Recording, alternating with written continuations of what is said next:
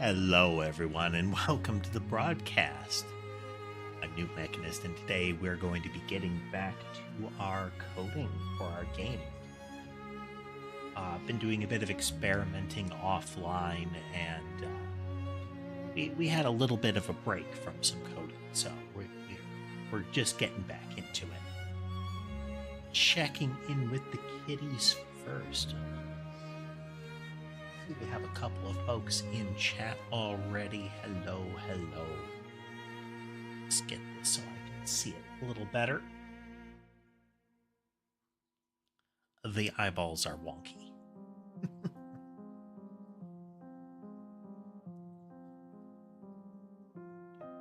Get these windows open. There we go.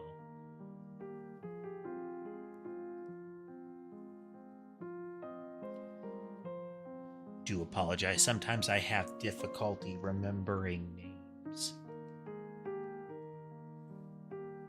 It's not 100% familiar to me. But hello nonetheless. Let's see here. We have Molly and Ember across from the keyboard, and Sky on the desk side yawning at me. Sammy crossed through the play area. She just hopped down from my lap. And then we have the two brothers over here on the bed. Camera here. We'll hop over into it. Oh, 1 second. This will be a mild disruption.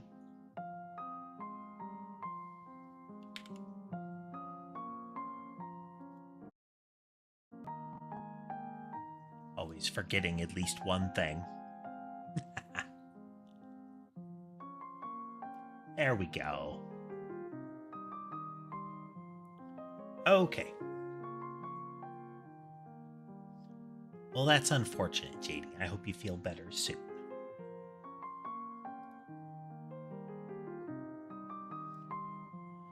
So today, one of the things that we're doing, I have already done, it's kind of invisible, is I've updated it to 4.4.1 stable for Godot. That does open some interesting things for us. I'm kind of surprised that that just failed.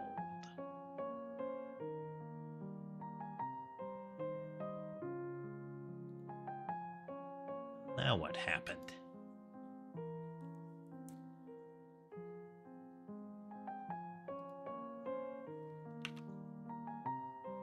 Okay, it runs through Godot.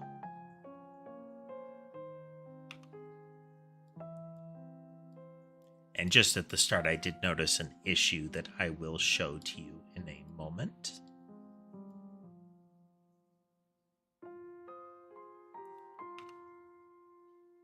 So this is our new rendering method.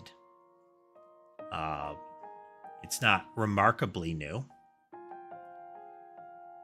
But instead of doing the one big shader solution that we tried, I'm doing something that's a little less efficient.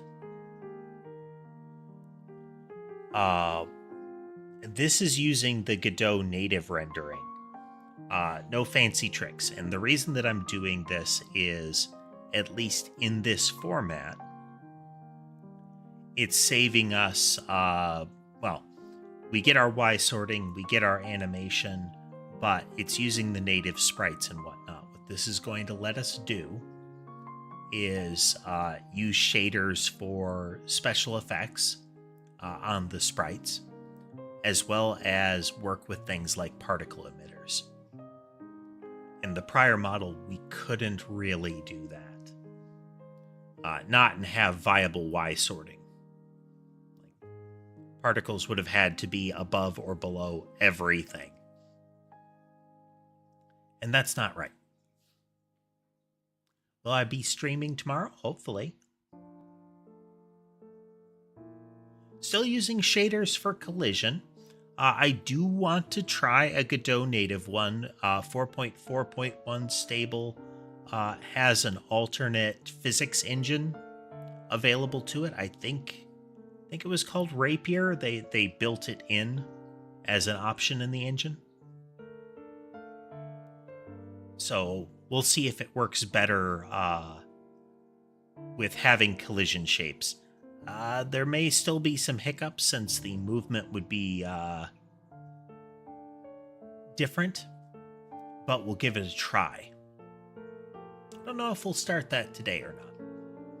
But here, let me show you the issue I'm annoyed with. So we have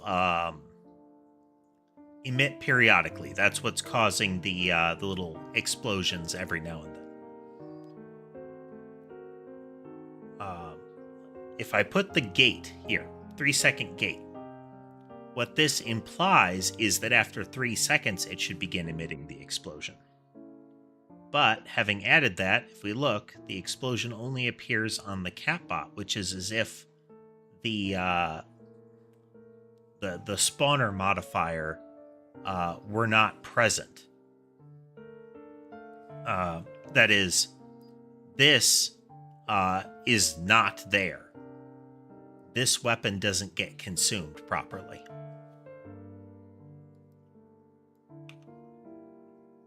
For testing purposes, I did. I made them spawn very frequently. So let's.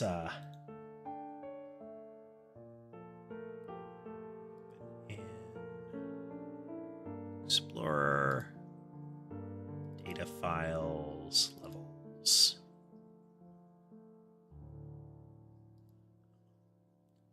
This is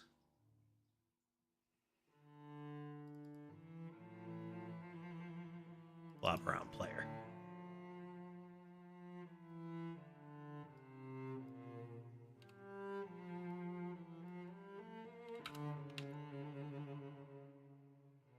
Try that. We do need to figure out what's going wrong on the C side. Actually.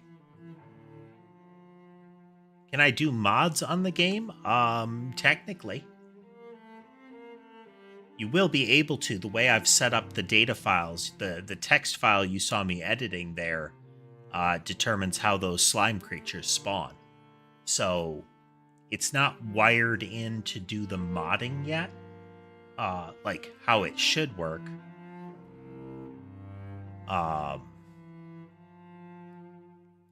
But it's you would be able to override files, let's say.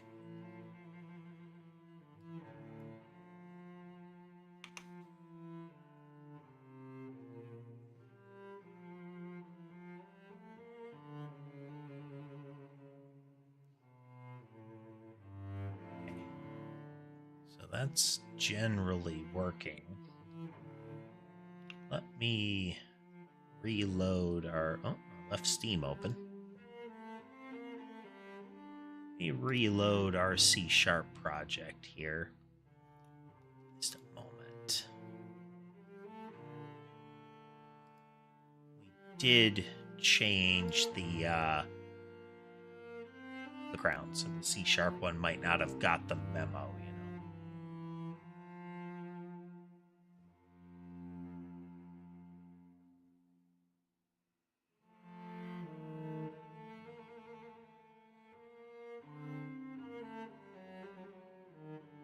Load this up again.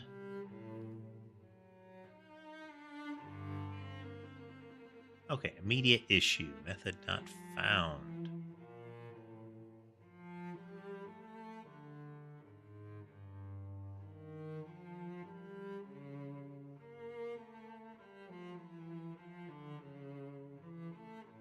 It shouldn't be.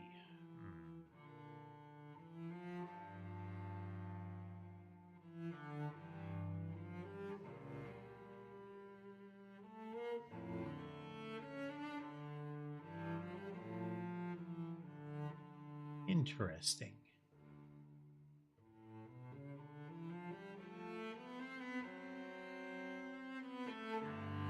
Interesting. missing?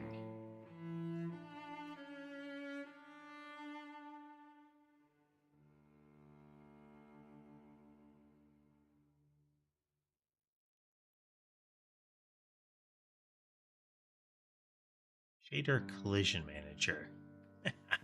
Hey there, Lore. Good to see ya. We are trying to figure out why there is suddenly an error here. This guy has joined me. I laugh here. He is drowsing. All right, so some method is missing here. Let's run it up again.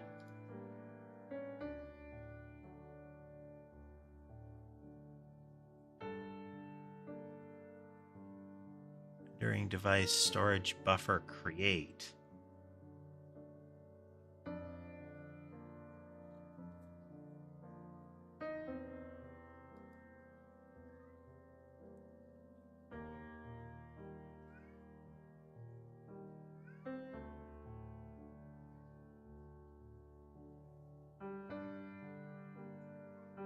Oh, it mentioned that the shaders had a different pattern to them for loading them up.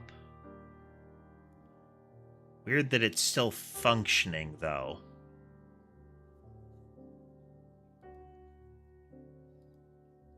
So, the 4.4 version mentioned that it used a different reference for things like shaders.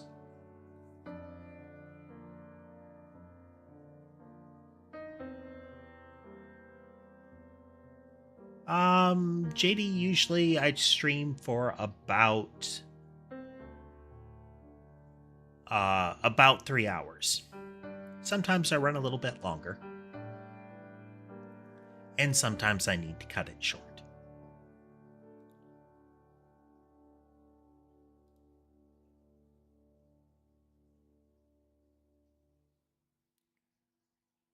Okay.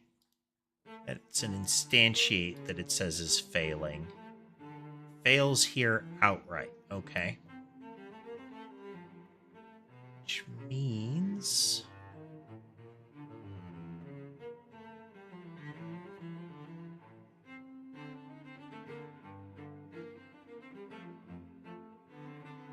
it's not getting into this.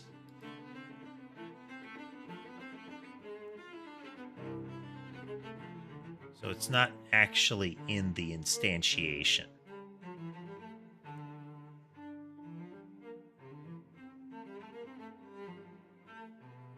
Into our actual collision manager here. So it is entirely this.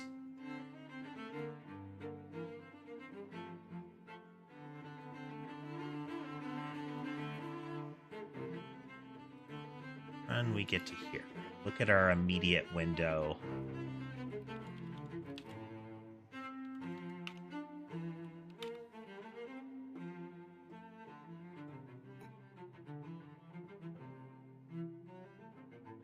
Okay, we can get our script.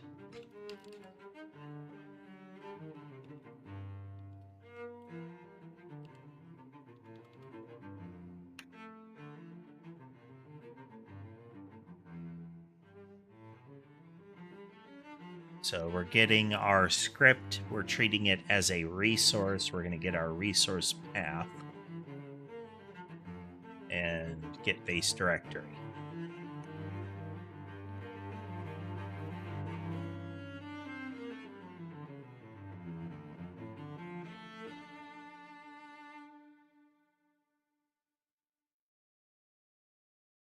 Interesting.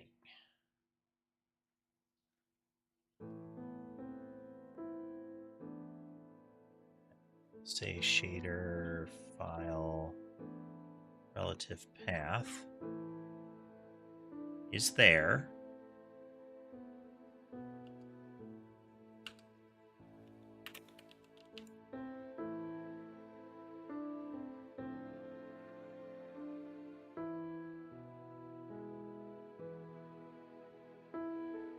So what's going on?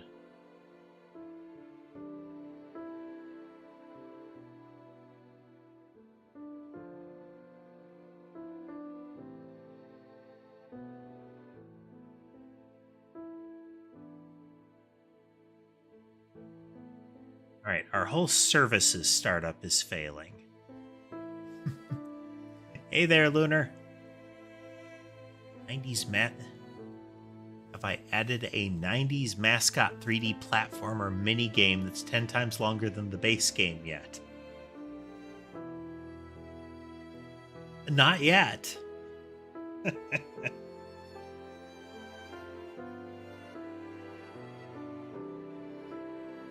Okay, that's failing out, so this might be a bit of a red herring.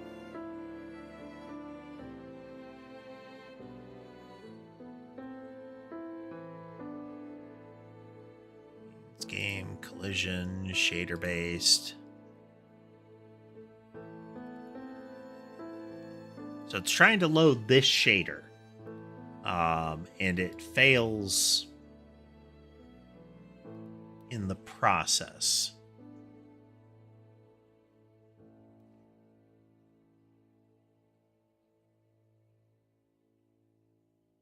Shader collision components. It's this one here.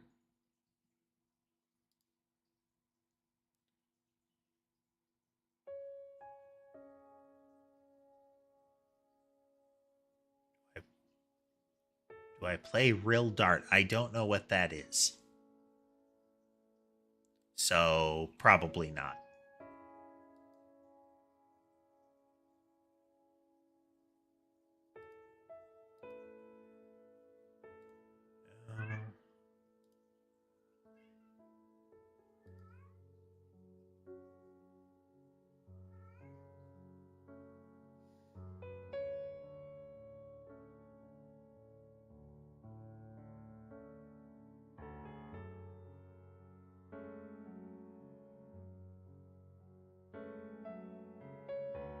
Okay, it's one of these methods here. There we go.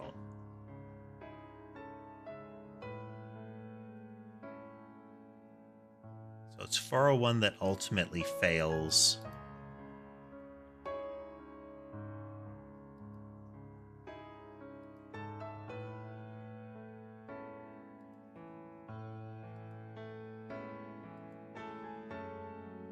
Instantiating it, but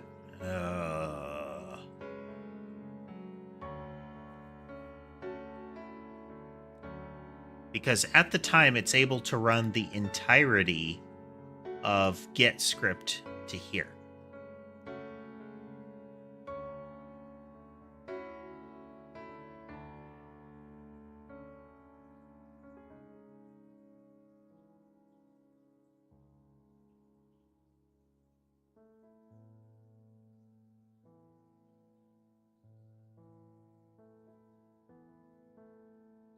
All right, let's.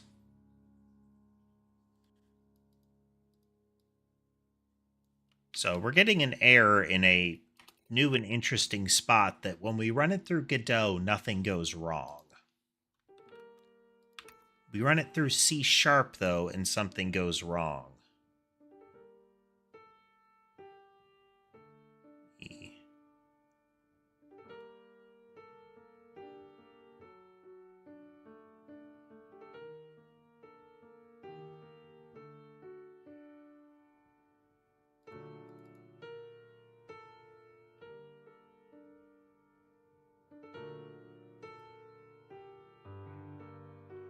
Eight.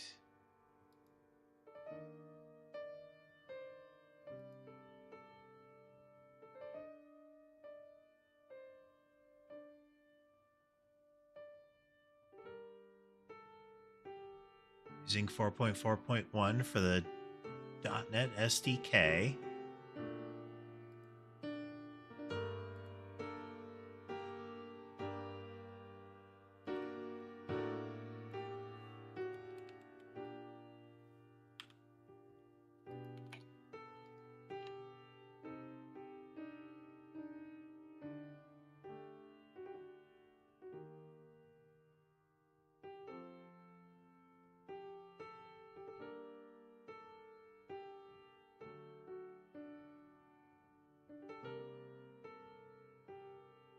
Okay, now we have a full method not found.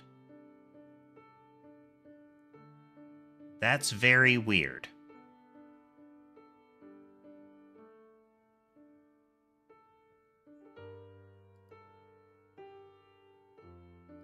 How...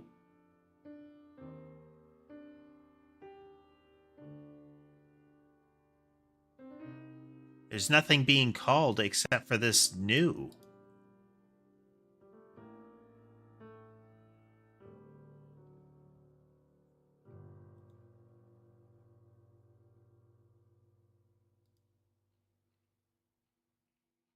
Okay, so let's actually look at shader collision components.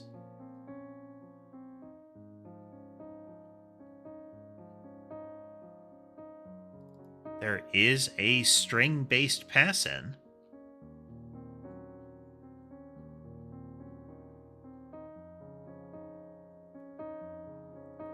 We do have a revertible change that we can make here.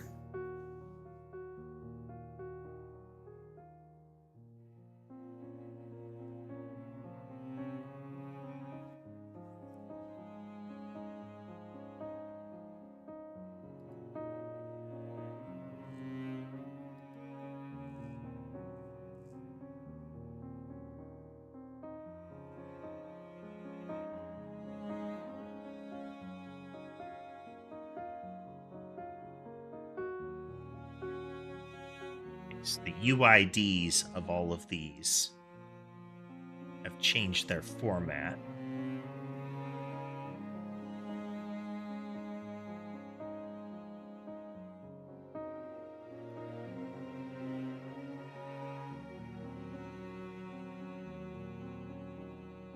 The thing about this file has actually changed, though. So we're going to... Sure. Backup project.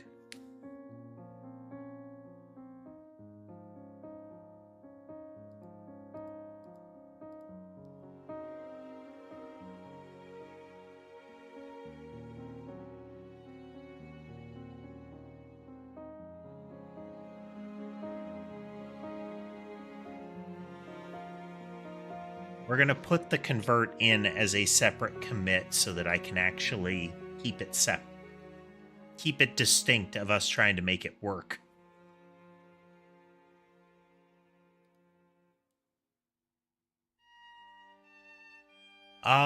They range...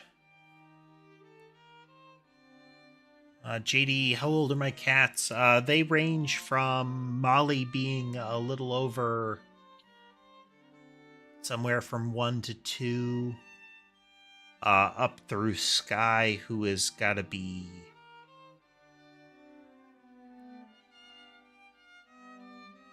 Sky's got to be 6+ at this point, I think. I don't have their documentation. They're all shelter cats, so there's a little wiggle in there.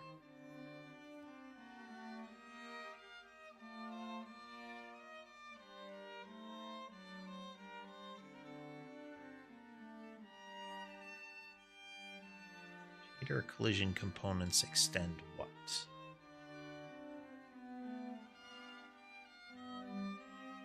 Nothing. Just a protected class. So what method is missing? It's kind of confounding. Wait, Godot, RID. It's rendering device storage buffer create. That doesn't happen here. This is not where it's going on. Hey, Crow Doctor. Yeah, Do No Harm has some potential to it. The thing that I enjoyed was kind of the vibe that they were going for. And that's that sort of outsider arrives in a town where something is subtly wrong and it slowly gets worse. I like that vibe. The gameplay wasn't great for that. There's definitely... I feel like it's shallower than it could have been for the kind of the setting that they had.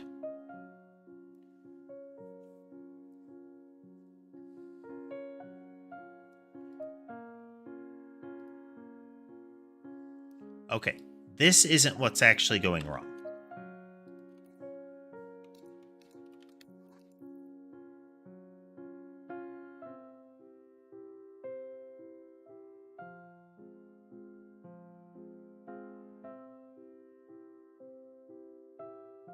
Right here.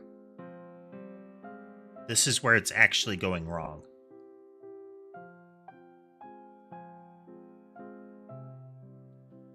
Or this general area.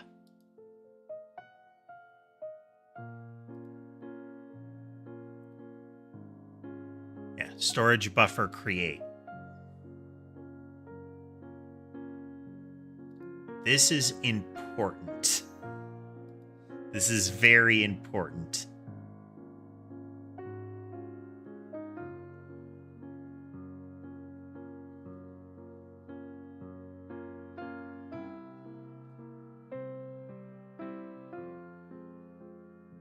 So this, I believe, is going to almost immediately happen.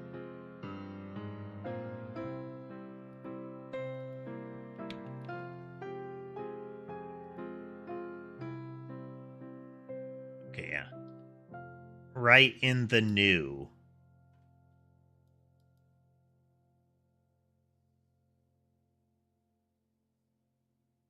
But the way it's working out, where it's failing up. We're not even getting to that point. At least we can't.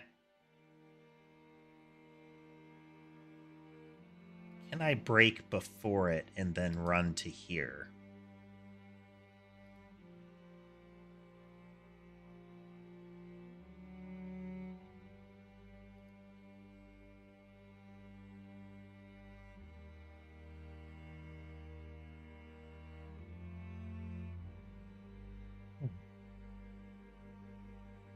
So again, you're seeing programming, and that's code is a set of instructions, often abstracted well above what we're actually talking to. But it's akin to kind of a spoken language that we use to tell a particular compilation tool how it should write the actual instructions to do a thing. So you can have issues at multiple layers. Right now, we're trying to find out what is actually going wrong. The error that we get appears at one spot, but the language, the terminology used indicates that it's happening somewhere else.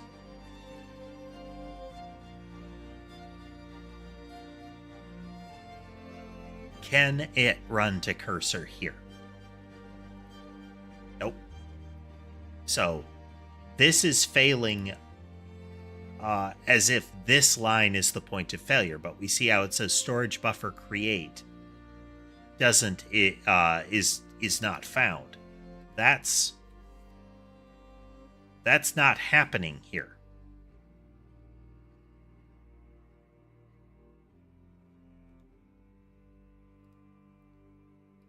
Storage buffer create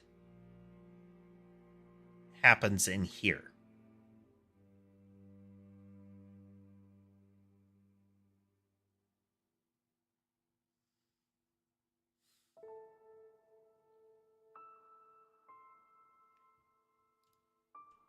In specific, right there.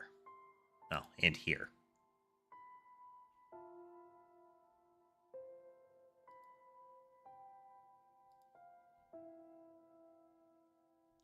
Again, we're not even being allowed to get to that point.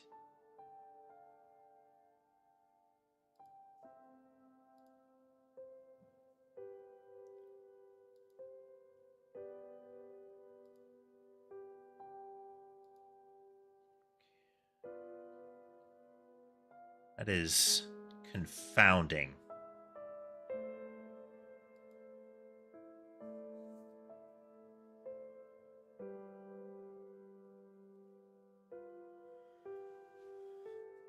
Hey there, Con.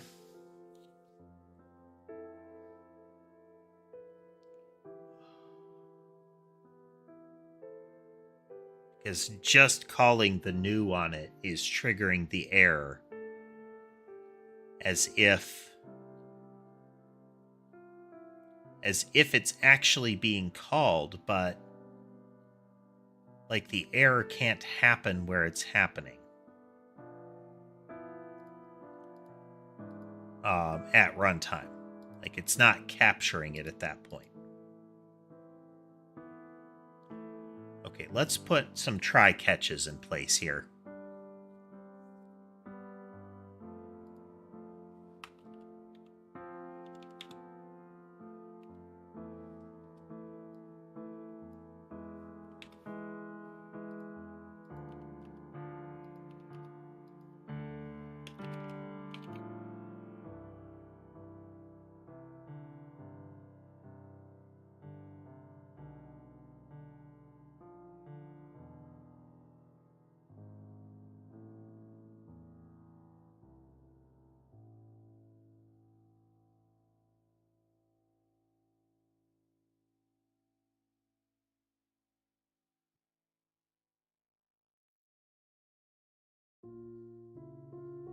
Okay, let's copy that for a moment.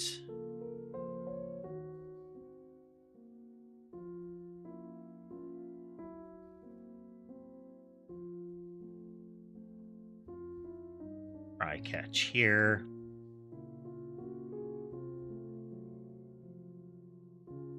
If you're not familiar, try catch says begin doing this stuff. And if there's an error in here, a non-fatal error,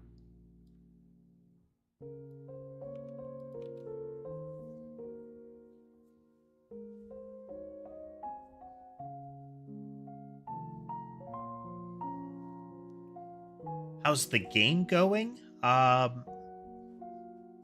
Overall good. Running into some issues.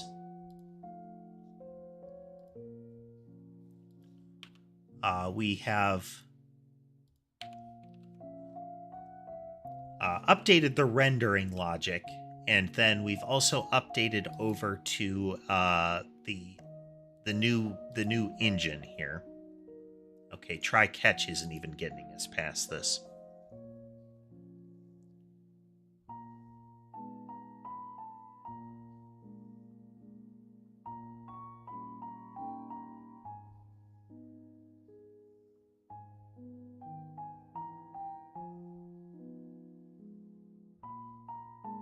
The rendering device that we get doesn't seem to have storage buffer create on it. Is there...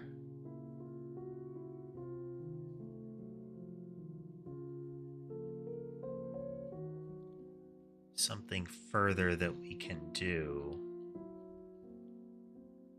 to address that?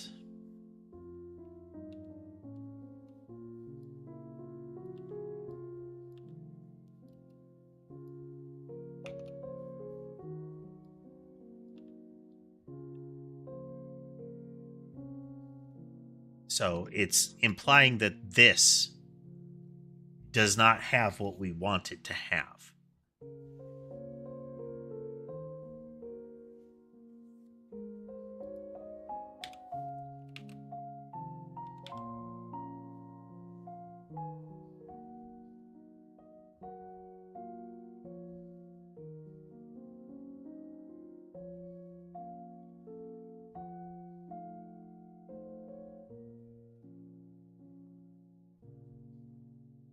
I mean, the coding is like a lot of... it's almost like a muscle memory kind of thing. Is you can pick it back up later. If you have not done it in a while, you'll usually need to kind of practice again. But I know the feeling of, I haven't done this kind of thing in a bit, so it takes me a while to get up to speed,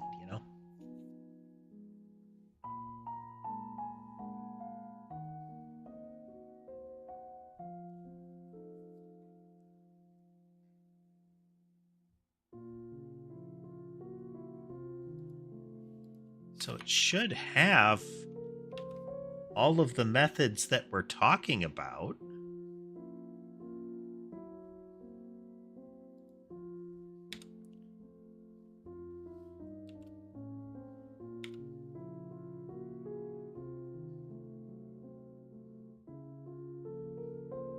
Size bytes.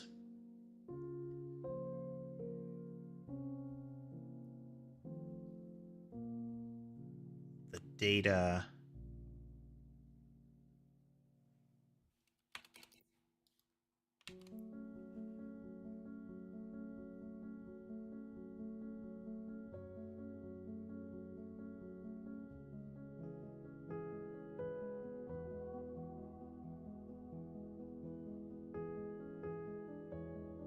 Oh.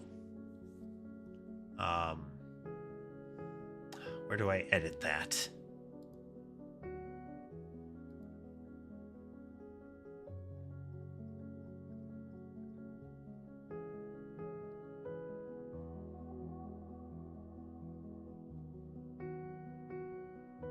I need to edit this.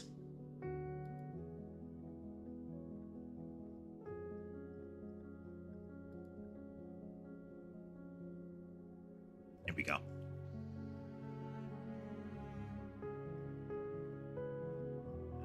Just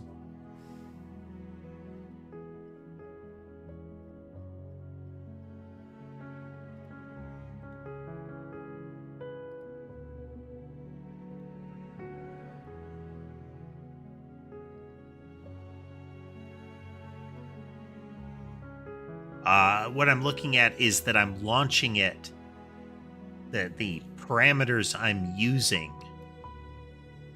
are not correct here.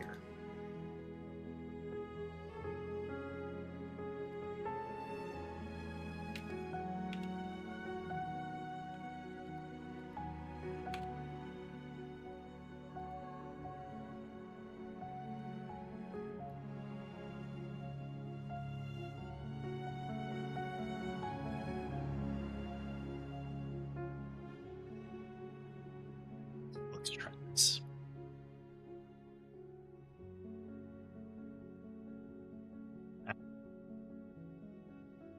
Okay. So this runs the project using the Godot executable. I had this set to the 4.3 version, but we have updated the project to use 4.4.1, so everything was going wrong. I am pleased that there is not actually a problem. I'm annoyed that it took me that long to notice what was going on.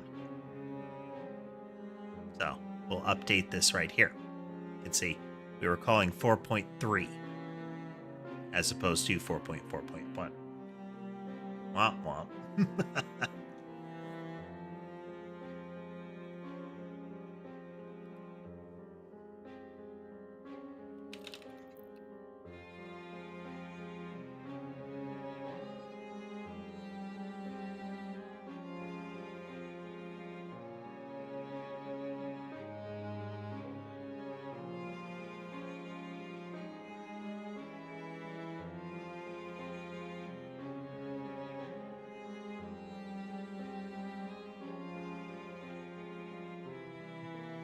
Well, thanks for joining us, and good luck there, Con. All right. So one of the bugs that we want to address now that we've seen it happen is when we're creating the weapons here. I think that's an inventory.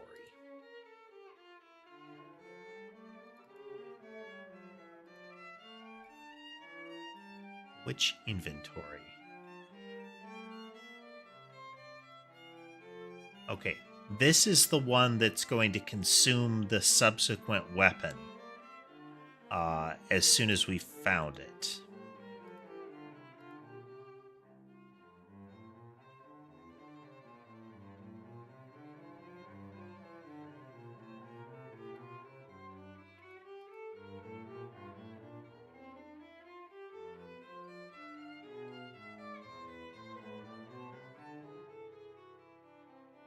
So this particular...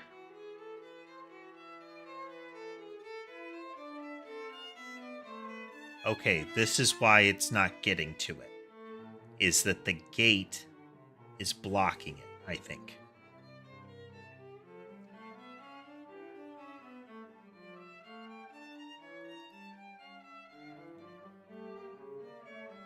Doo-doo.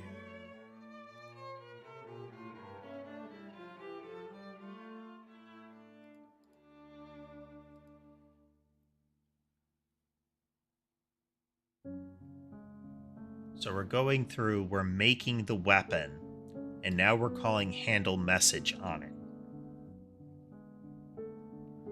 The gate is probably going to eat that.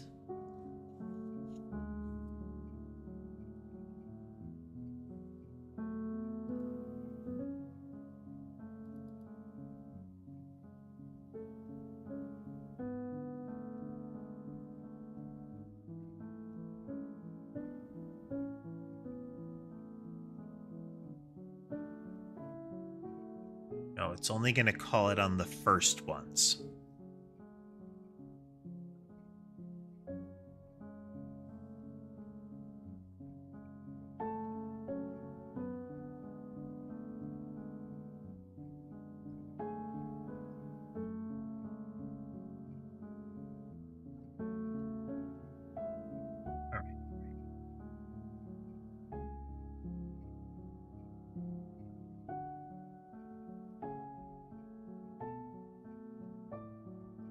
Spawner item, when it handles message, we're going to go in, we have a behavior.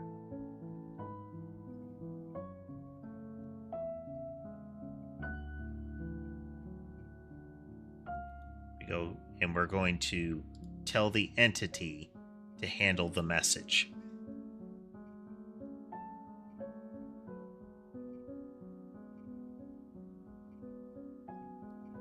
We pass it into the base behavior.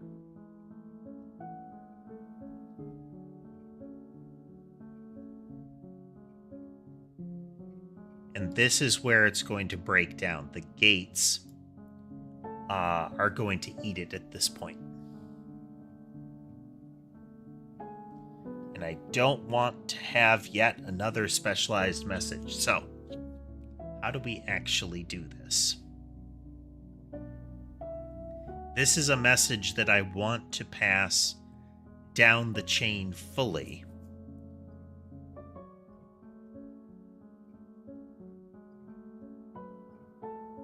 Is this really the place for a message?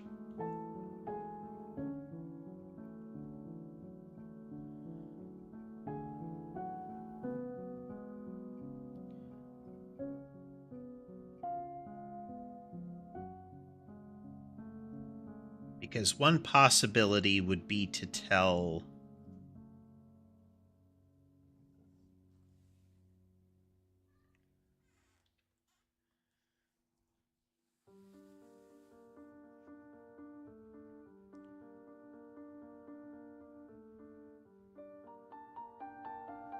This is part of the structuring here. We are extracting an entity as we go along. It's not until we have created... There are two things that happen here. Let's show that. It's in the base inventory that we need to do that. Convert weapon to entity. So one of the things that we're doing here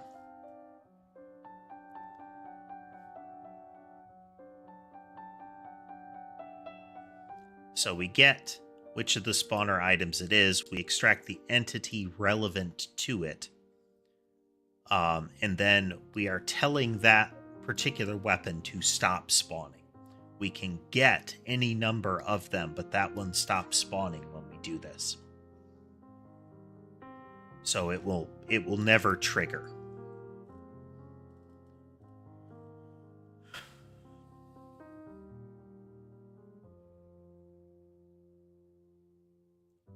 And we need that to happen pretty much immediately.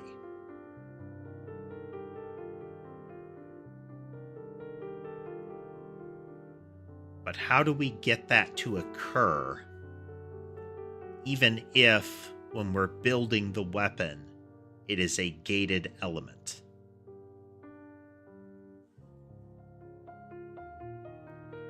Here.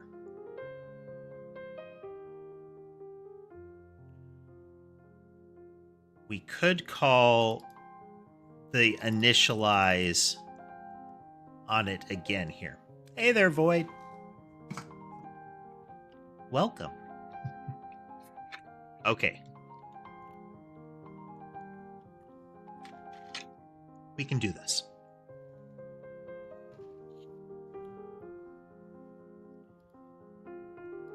This is the relevant point then.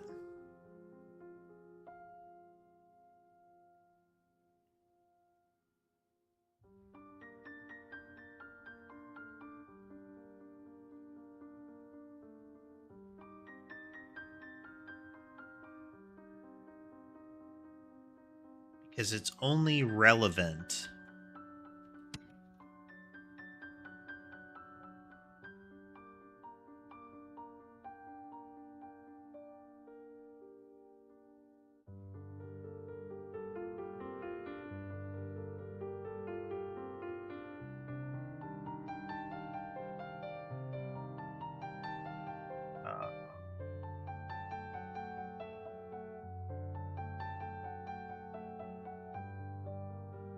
okay, we tell it, get the prior weapon. Okay.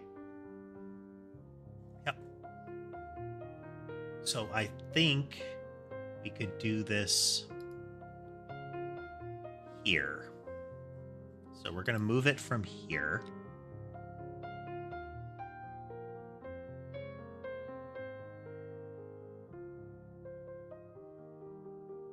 Behavior.handle message.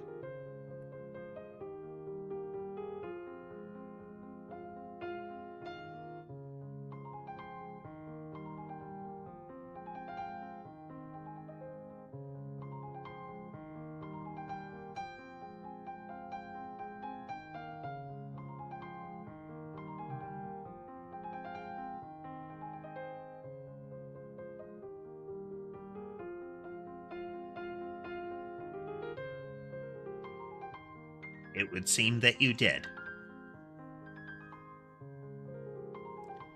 This is not me prohibiting it or anything like that, but a reminder to a few folks.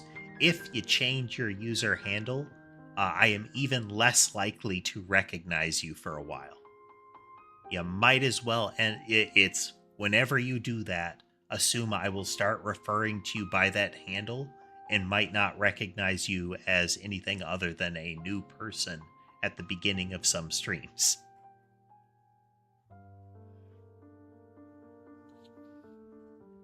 Just a heads up. My memory for names is already terrible.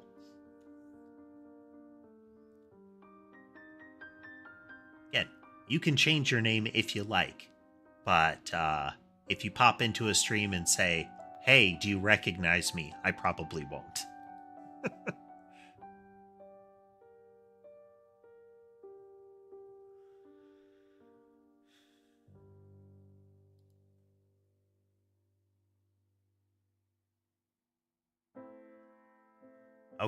Okay. I think we can do this.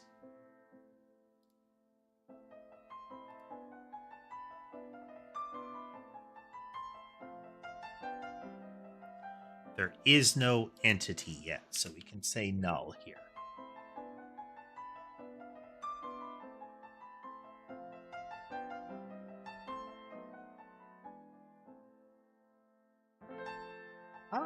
You know, I haven't watched that latest Puss in Boots movie. I've actually heard good things.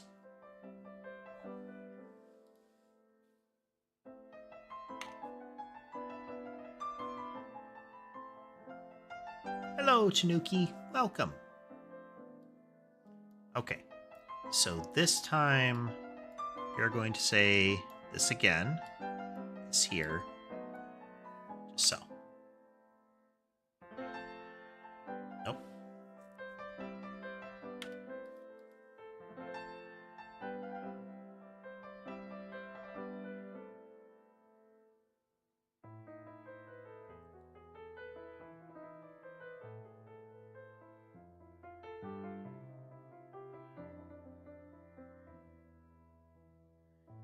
We are creating it.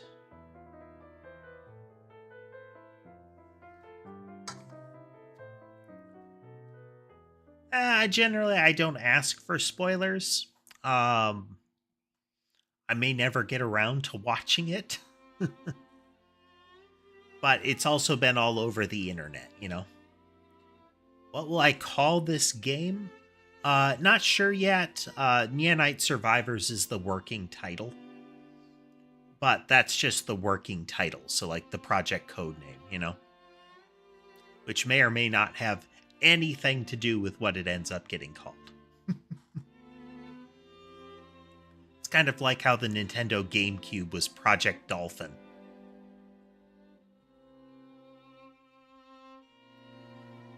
Okay, we should get here.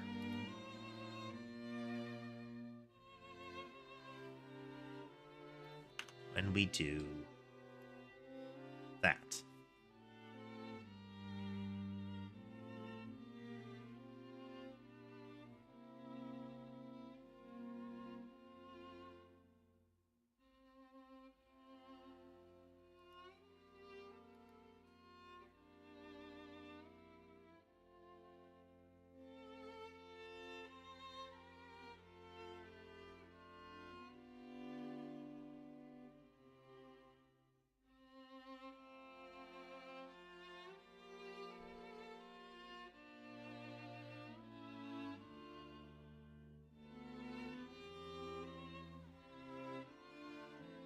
Okay, I see what's happening.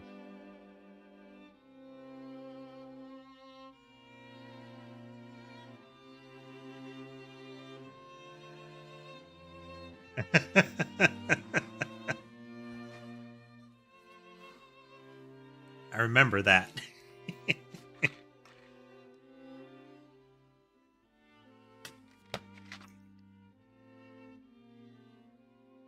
I mean, a lot of different companies have had a lot of different like version naming conventions.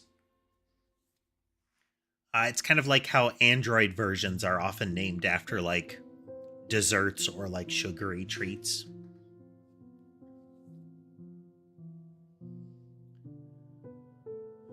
Okay, that's what's happening.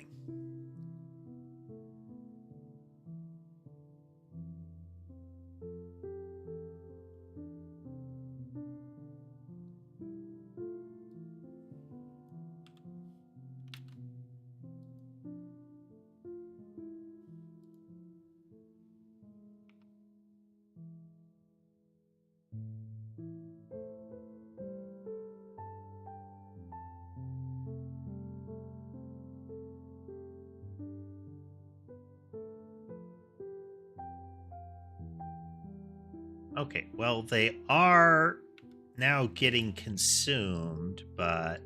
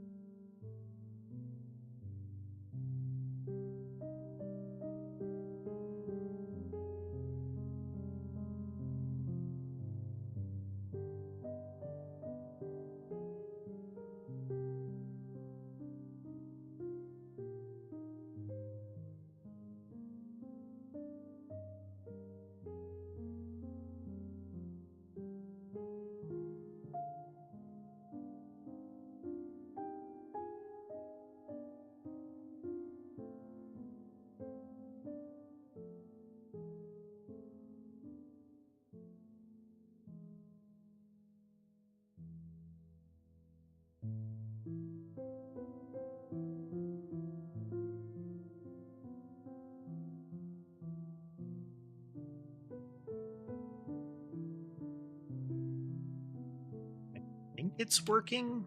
Let's try this instead.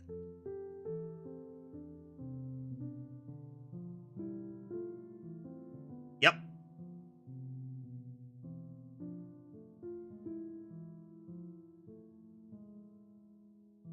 Okay.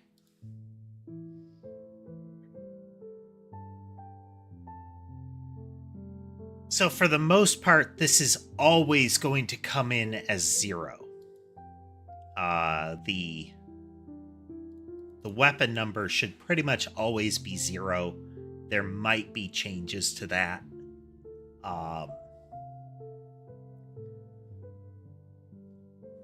But again, for the most part, 0. I could have it where we try to get multiple entities where it will go through and consume as many of them as it can. But yeah, okay. That solves one of the problems. So what we're doing is we're telling the behavior that we freshly created, tell me if you need to make a weapon out of the next thing, tell me here. Or do it here. And we're building them in reverse order. So the last weapon gets built, inserted at 0. We are going to ask it as we're building the current weapon and say, okay, do I need to consume weapon 0?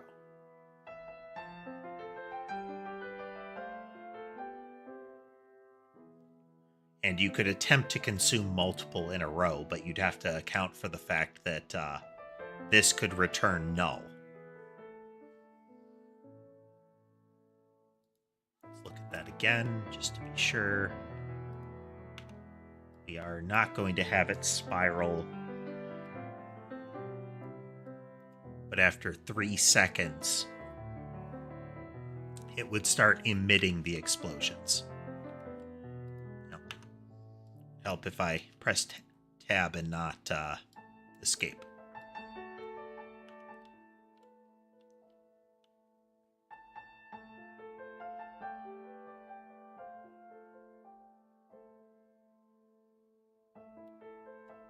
Okay, that is not working.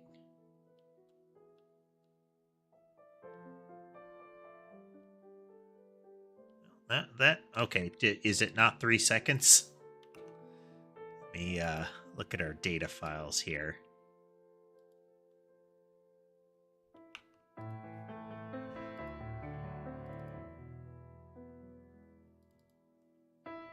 Oh, let's wait 3.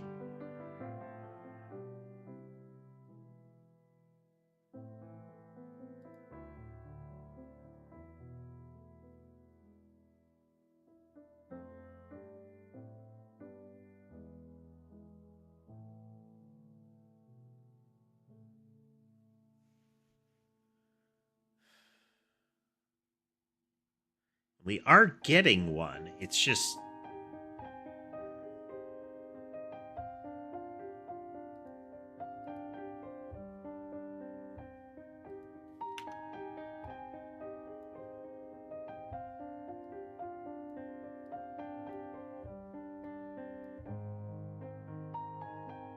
it consumes the explosion.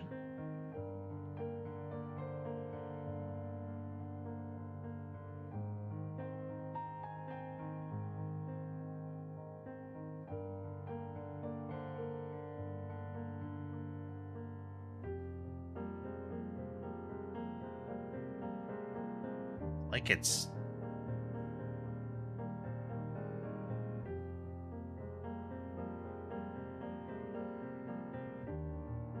Some of them are.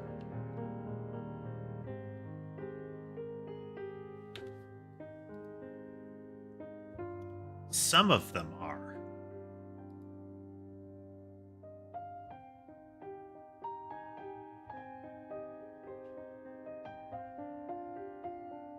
Weird. Okay, so what we've encountered is we've got a bug in our weapon generation logic. There's a particular type of power-up that converts weapons into parts of other weapons. So we have the yarn ball and we have like a little colored explosion that can happen. If the explosion and the yarn ball are not modified, they are two different weapons. The explosion goes off right on the player, and the yarn ball fires out. But if on the yarn ball I add one of these multiple spawner effects, then the explosion stops happening. And it's only based on that power-up as to when the explosion will happen. You effectively create a combo as opposed to two individual weapons. So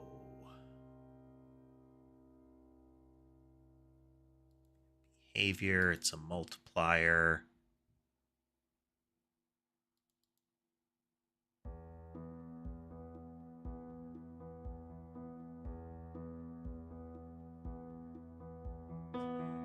Periodic weapon entity. All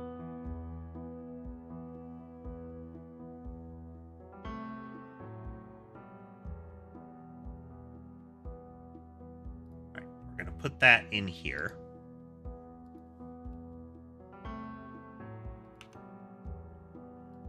Immediately go in and put this here.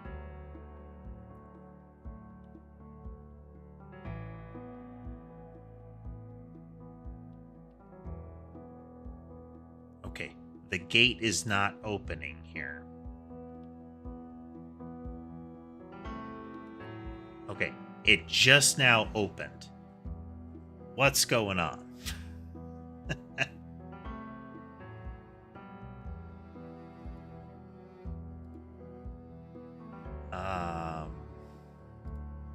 Data files.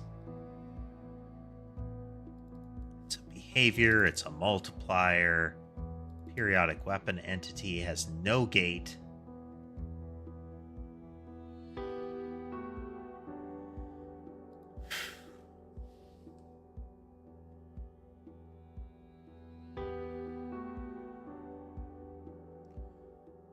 What is changing about it?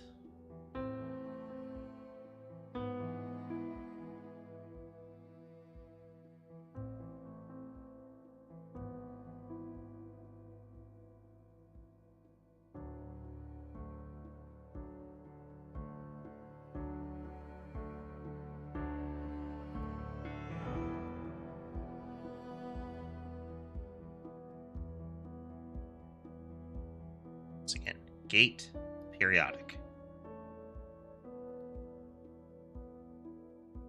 So here's our initialized message. We let that go by.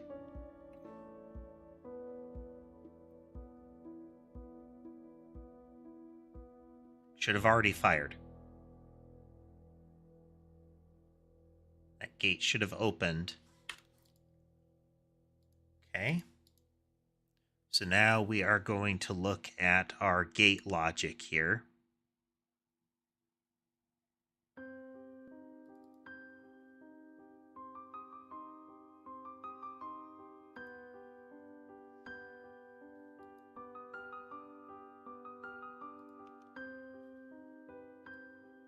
U in place and U in place.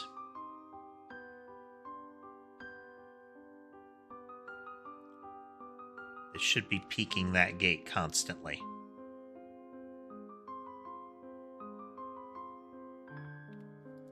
Why is that not happening?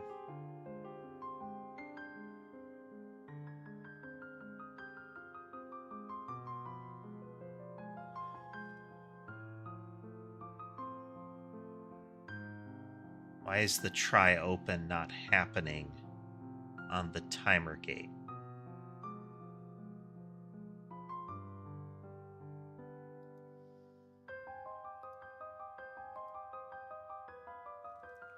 So we go in, we have a time passed message. We're going to call into base behavior, and we're going to call in as a time passed message.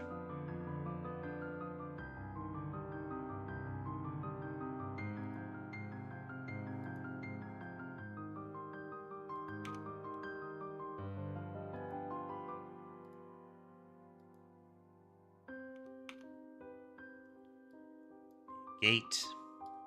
That.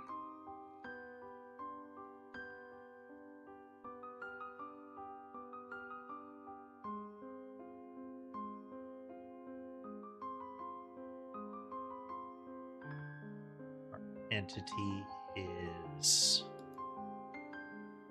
yarn bullet. Okay. There's one gate. We're going to get the first gate, and we're going to pass a time passed message into it.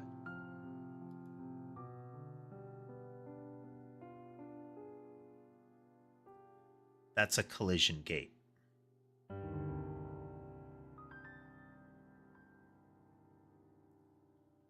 Where is that collision gate?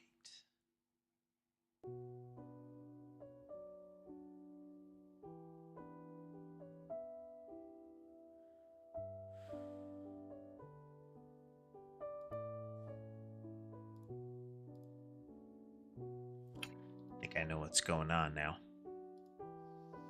Okay.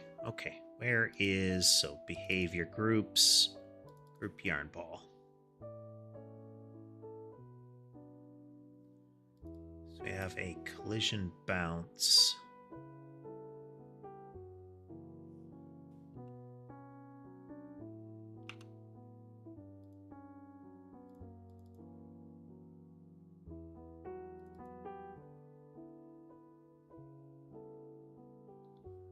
Collision bounce has no gate. There is a collision gate lurking around somewhere.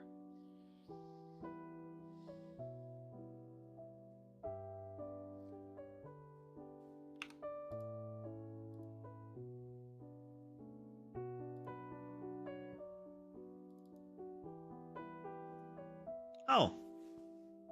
That's unfortunate, Calvin. I hope you feel better. Gateway 3. Okay, I think I know. Yeah. Let's go into our items.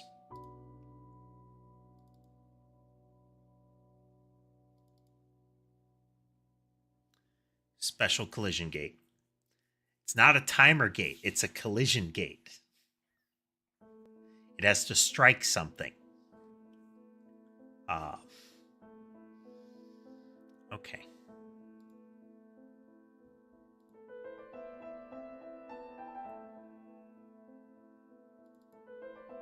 Special behavior. We have collision gate, so we're going to do special weight 3.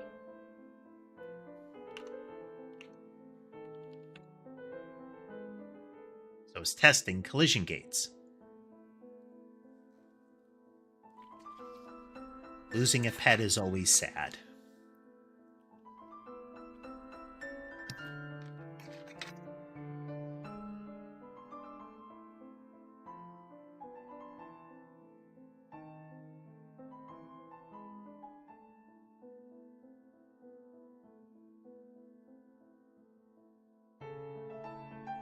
Wait, not E8.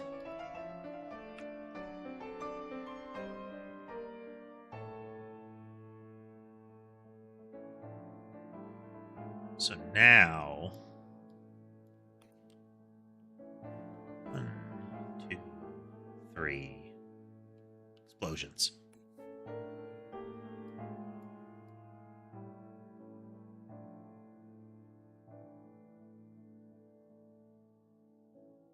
So if the yarn ball lives for 3 seconds, we start to get these explosions off of them.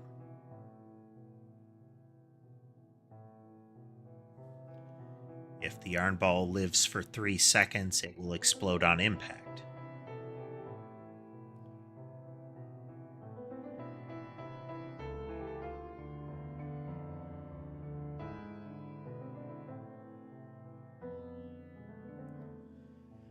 So this lives for X time is generally going to be one of the basic patterns here. Is it has to go for a period of time before a new behavior appears. So like blows up on impact or changes projectiles on impact is, or emits on impact, I should say, is likely to be one that's gated by like after 1 second kind of thing, or after X seconds. So the, the missile has an arming time kind of thing. What that allows us to do is have some fail safes in for the behavior being really computationally expensive. The yarn balls live for 10 seconds. If they begin immediately emitting new projectiles, then those new projectiles have the entire 10 seconds to be emitted. So in this case, there are going to be 7 explosions created, or 10 or 7.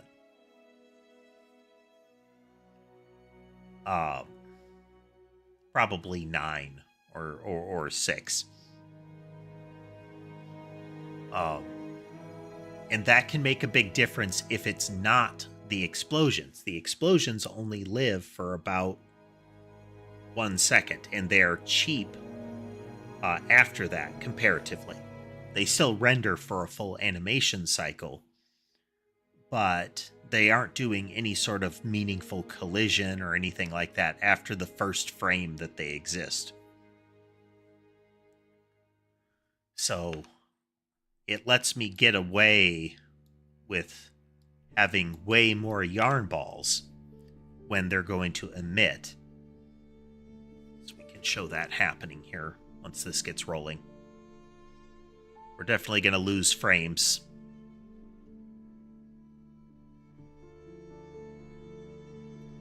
We can see the rendering method is much more expensive like this. So at only 1300, we're down to, between 30 and 50 frames a second. In that range. We can go much higher if we render entirely on the GPU in a single pass, but that restricts our options. We might be able to go even further if we go into like particle emitters and whatnot for some of the things that we're creating. But setting that aside. So we get about 1,300 objects.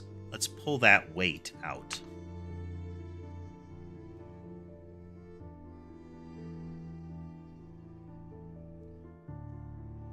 So removing that weight for 3 gives us another 200 some objects constantly.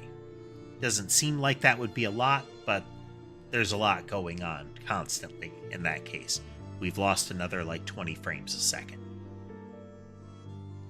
Are you likely to see this in the end game? Very unlikely.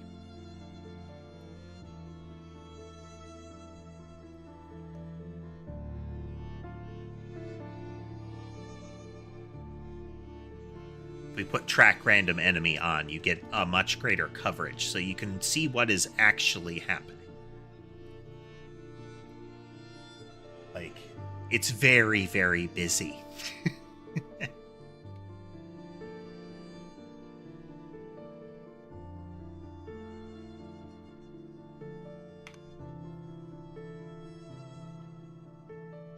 The explosion is a placeholder. I still think it looks neat. I'd want to figure out... I'd want to do something different.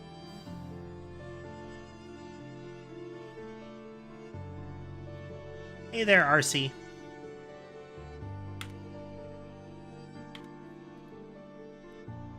Okay, so that is fixed.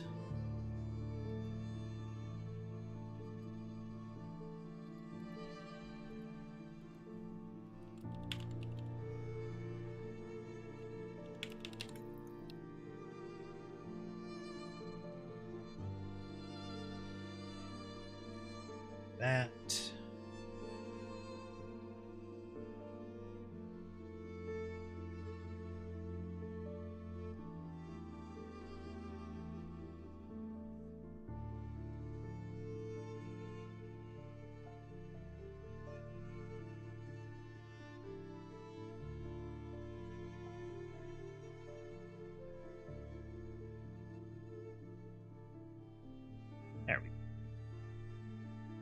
no alpha version of it yet. We have a lot of the pieces necessary for that kind of testing, but I'm still working on versions of low-level behavior sets. So I don't want to get too far into the weeds on further behavior accordingly.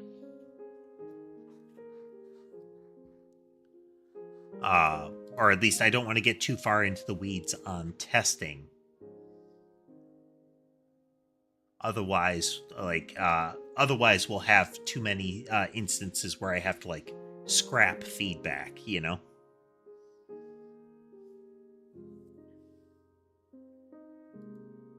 That and there's not a lot of like game to try yet. It'd just be similar to what you guys are doing as far as watching it happen. Exactly, Lunar. It is a build the skeleton and add the flesh. Most of what you folks are seeing on the stream is skeleton work. But this folder is full of, to some extent, flesh. I like having said that.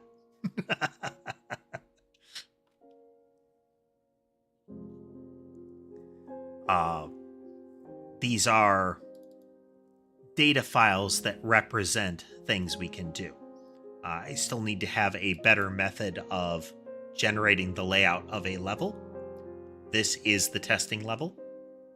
See that little black speck there? Zoom in. That's level 1. The testing level.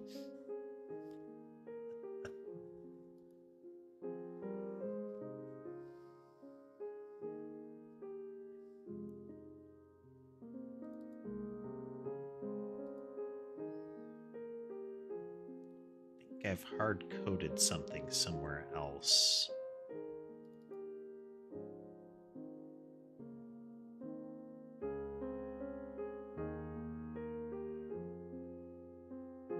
Two different types of tile.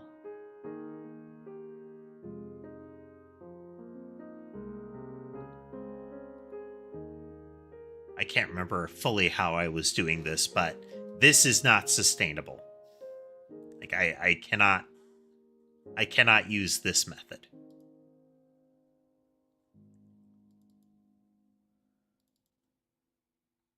These are the different images for it.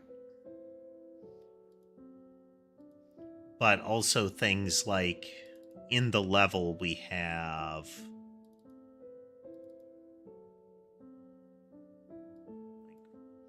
a list of different spawn events that would be part of it. And then if I look at the spawners here.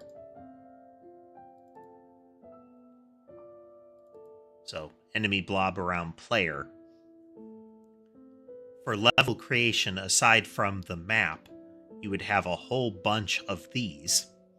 Each one of these having a indication of when does it start spawning, when does it stop spawning, how often, how many things, and where to spawn them. So in this case is after 5 seconds and until 20,000 seconds have passed, up through 20,000 seconds. Once a second, it will spawn 10 blobs in a circle around the player that is going to be off camera. So when we start the game, there's a delay of 5 seconds, and then we see a lot of blobs spawning.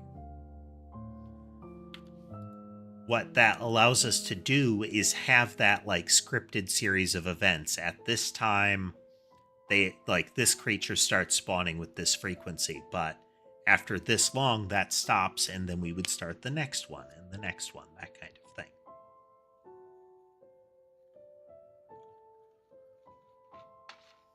I think there are different structures I could use for that, and we may have to look into that for legibility, but until then, this is working. For reference, the thing that makes the weapons go is actually the same logic that makes the monsters go. As far as appearing. Just happens in a different place, and the weapons ignore the start and end behavior. They have a different pattern for when they fire. I'm sorry, they are assumed to fire all the time and never stop. So one thing I do want to look at is using a different physics engine for it. So we can look.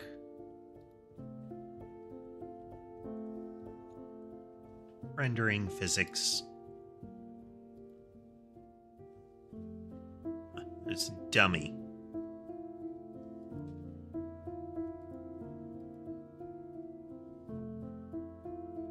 Don't think I still have. I wonder why that's there. So for 3D physics, they've added that. Okay, maybe that's. I thought they for 4.4 they added a different physics model that would cover 2D, but apparently not. That's unfortunate. I may still try the physics model here. But real quickly, though, here, we're going to change the physics down to 30 frames a second. This will change the process tick.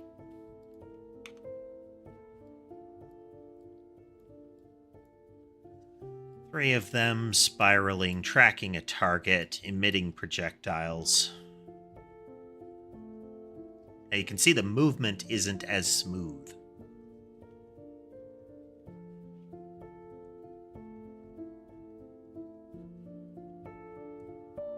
Though maybe you can't because the video that you're seeing is at 30 frames a second.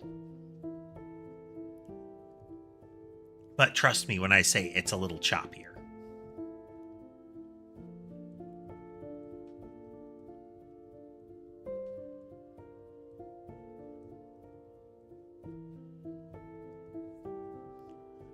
But with that pattern, let's crank up the number of things.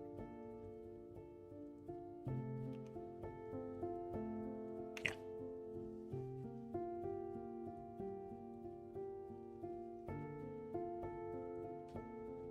So you can see we're at 1,500 things and we're still at like 300 frames a second.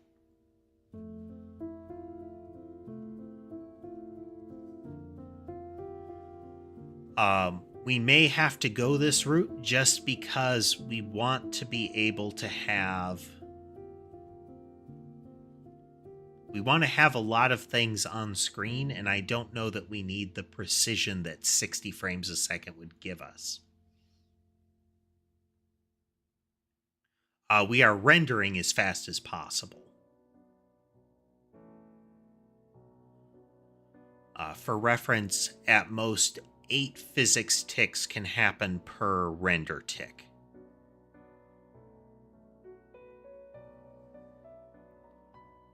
And since we've got 300 some render ticks, there's plenty of time.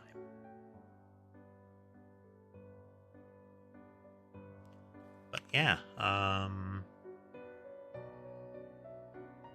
let's make it weirder just to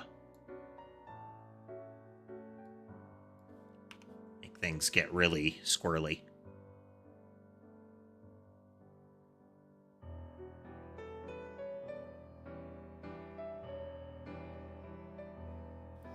Let's remove this and move it to a collision so that we see more of the yarn ball movement.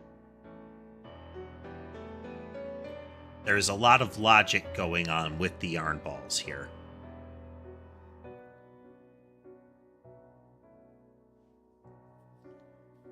See, right now they choose a random direction and it emits 81 of them at a time. They move in a snaky wave pattern out from that. Then, after that logic happens, They are pulled towards a random enemy, each one choosing its own random enemy. Then after that, we apply a spiral outward motion. So the center of that spiral out is whatever has happened before it. Then we set the impact. It doesn't matter that the impact is here. It's within the same logic block. And then we have a spiral in. That spiral in is tracking its center to be wherever in the outer spiral we are. So the wave and any spiral creates a really fluid pattern like that. So if we take the track target off, we'll get a very different result. We get a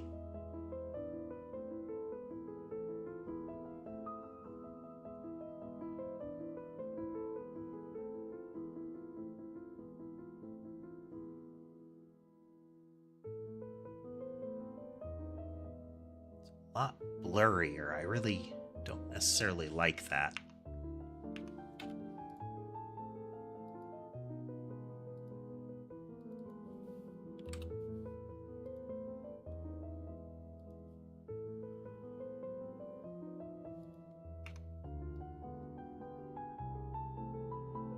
Or and out in.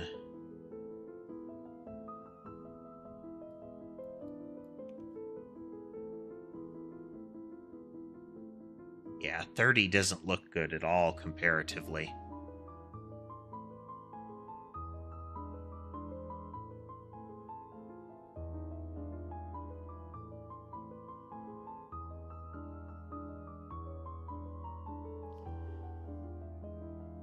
I mean, this is still a whole lot of things on screen at once here.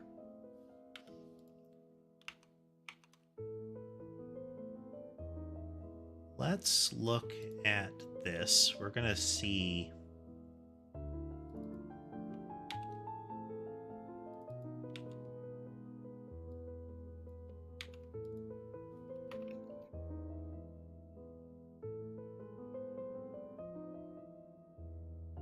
Go into our inventory settings here.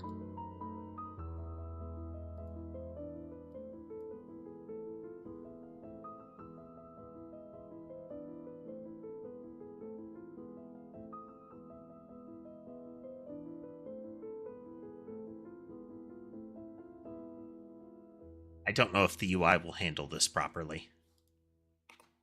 No, it kind of does. Okay, here's 5 yarn balls. So every second we fire 5 different yarn ball spreads here. Then for each one of these, we are going to give it that. The last one will periodically emit another yarn ball that will spiral out.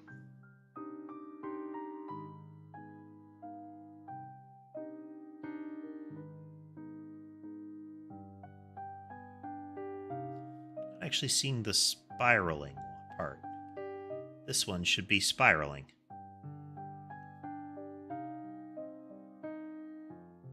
But it's not.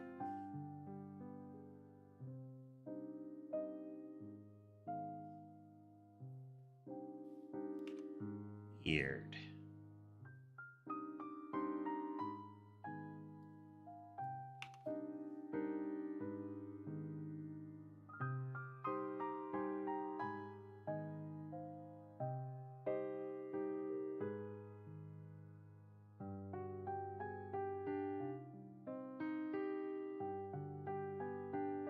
Okay, let's change that one to be a homing mouse.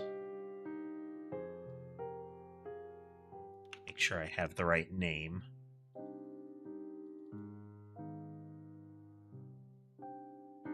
Wind up mouse.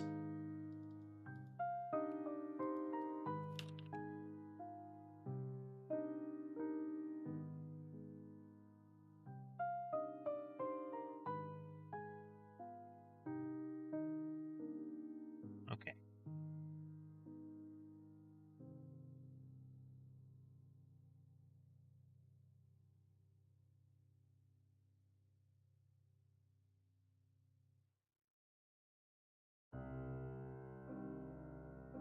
Yeah, that last one, the ones that are being emitted don't have any of their behaviors. We have a new bug. New bug. Oh, let's not be too hasty on that. Let's...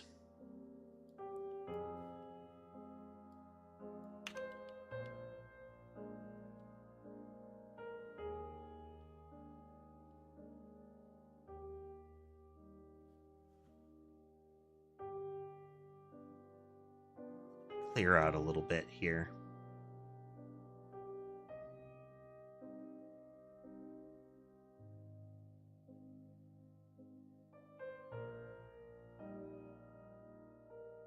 Yeah. Okay, why does it not have that?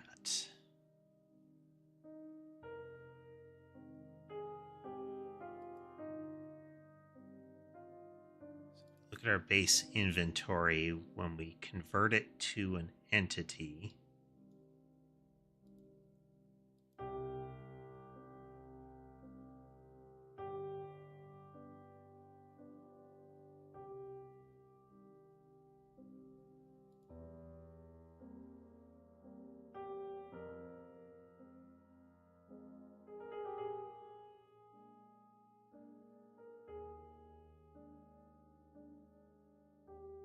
Let's just check.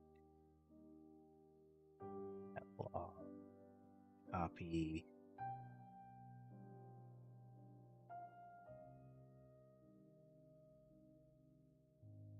Just in case.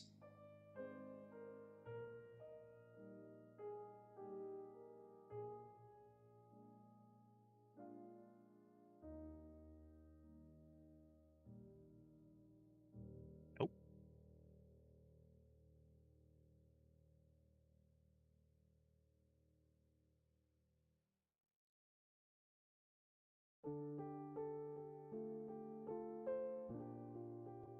Goal note on that. We're putting track random enemy on it twice, just to be sure.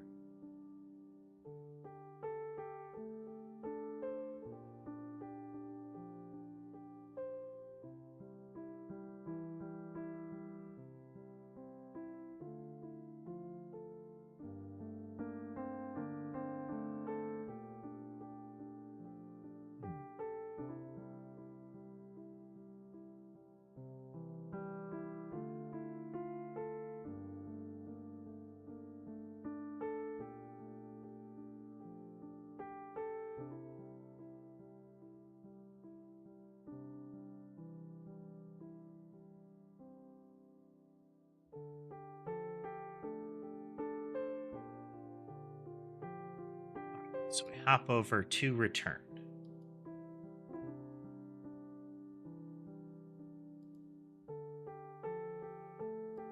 As a base behavior, okay.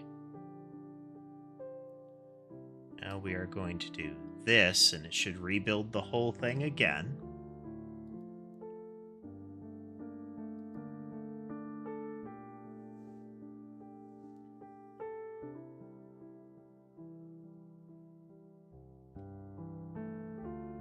To return.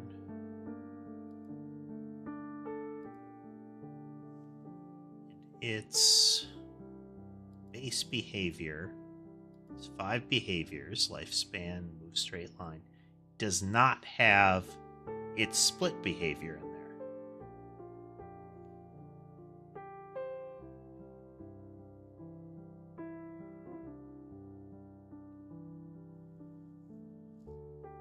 How is that happening?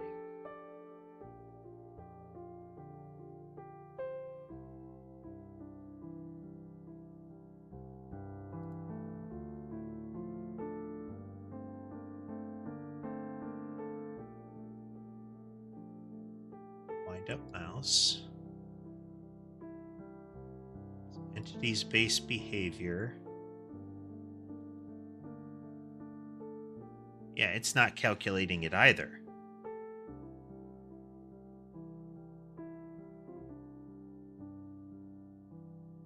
So this behavior set should have split into 3, that kind of thing. We know the weapon is there, but it's not finding...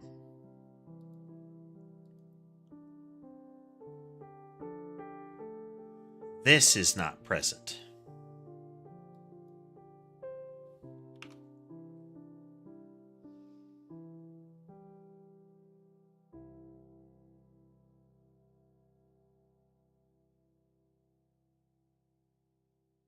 The homing mouse should be getting built first.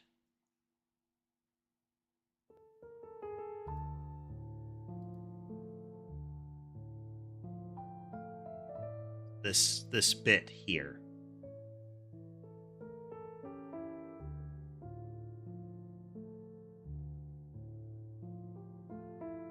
So right here, we're iterating over each of the rows.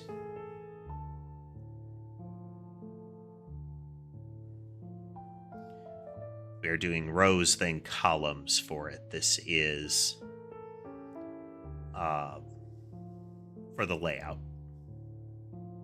Technically, this is YX as far as visibility, but the collection is a list of rows, and each row has columns. So, rows, columns. Conceptually, it's a bit of a hassle, but visually, it's a bit of a hassle as far as the code.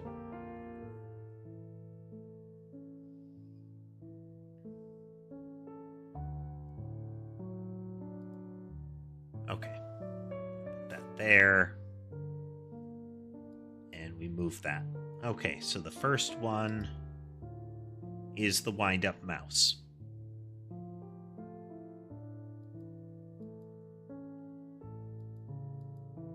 So now we're going to go through the columns here. We have a null inventory item.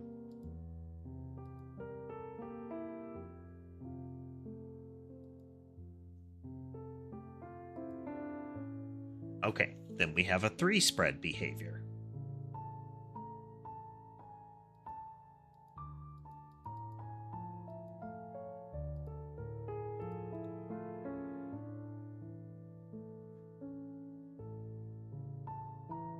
So I run to cursor.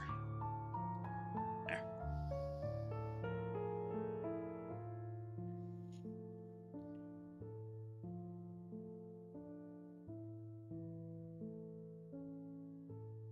So the first one is always should always be base behavior. We're setting it up.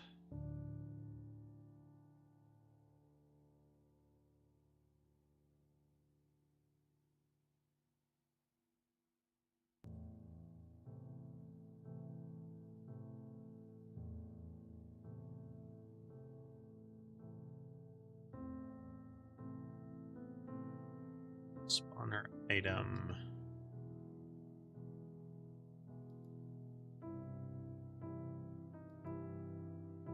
Okay, we have a spread multiplier.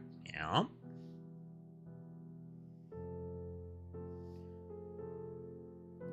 And we insert it into spawner items.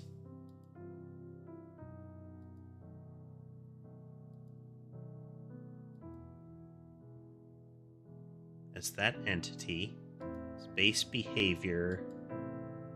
Oh, that's right. Its behaviors contains nothing.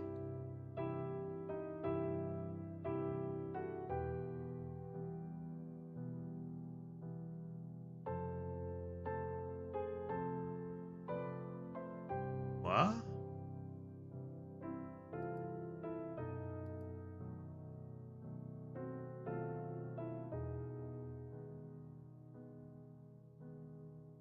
How did that just go away?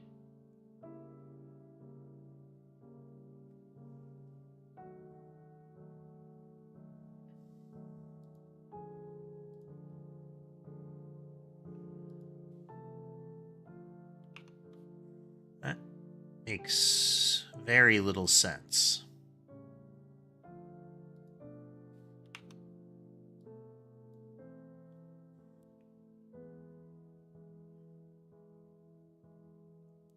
So we're going back to front here.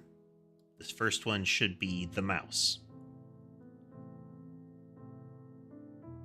Oh, no, we should jump to here.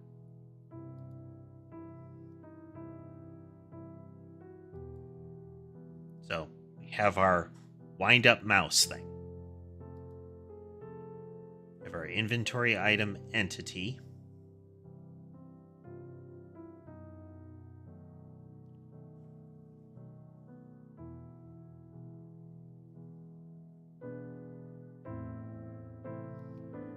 Then we can get the spawner item off of it.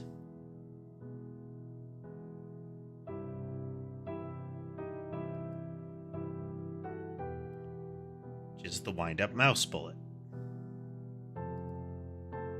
Which its default set is a 5-part base behavior with no subsequent behaviors.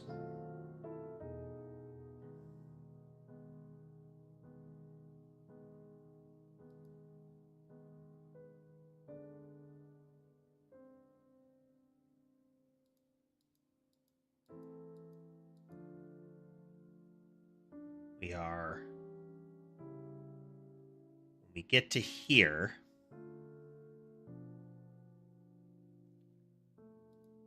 this should be our 3 spread item.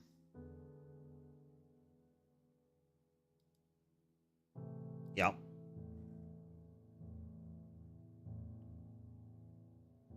So we duplicate that. We now have that element. Our behavior is still that. It changes nothing to get that 3 spread in there. So we have our behaviors to add has 1 element there.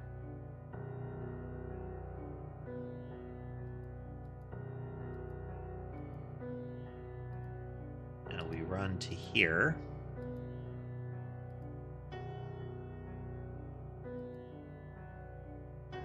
Spawner item behaviors. As the spread there.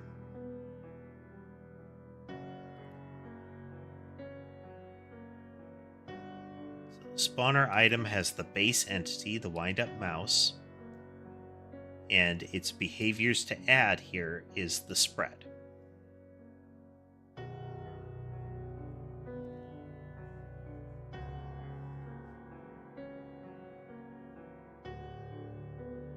This has only worked the way that we thought it was going to.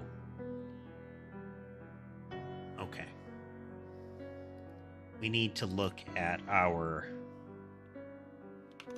adding logic here.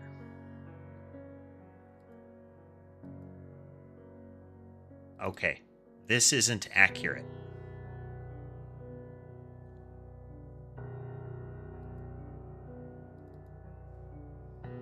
That's not accurate. This only gets us the entity without any of the upgrades on it.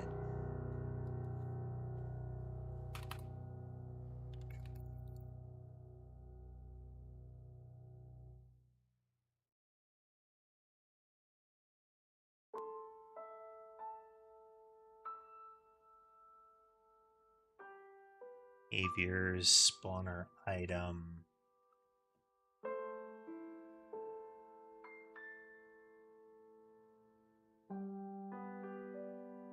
Spawner item dot behaviors.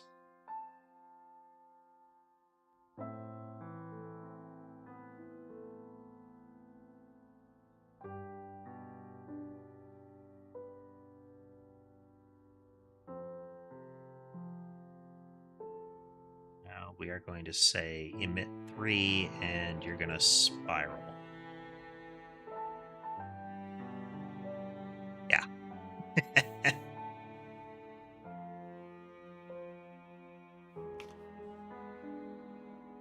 And what that lets us do here is make it so that we can have a lot of different behaviors on these.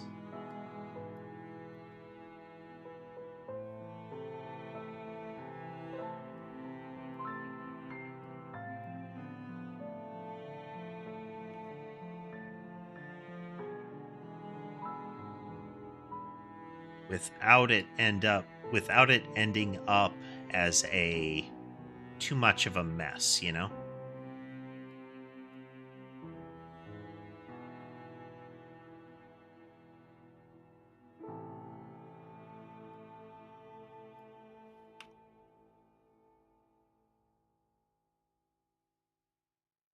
Or I'm sorry, we can have a lot of different weapons with a lot of different behaviors. Again, this is 10 blobs a second and 5 weapons emitting once a second. One of the weapons is consumed by another. Let's remove that weight to keep it going here.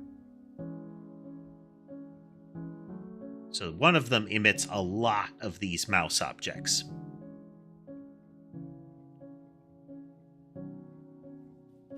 So this is giving us like 900 things.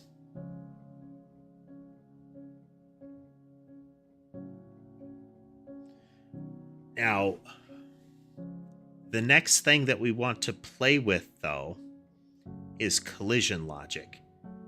Because if I can get the Godot collision to be working, then we have some other things that we can leverage. One of them would be a tile map. Because tile maps can have collision on them. So we could have things like walls. Additionally, we would not be messing with the GPU as much, but Godot collision is going to be substantially more expensive than shader collision. So we'll have to keep that in mind. Check something real quick here.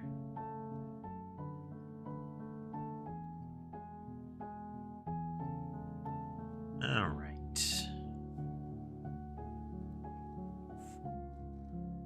Hello, Sky. Sky is traversing the headrest right now.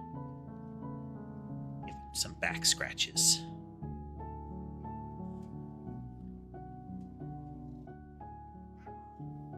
Yeah. We're about out of food. Okay, we got a break coming up, so I'll wait for a moment.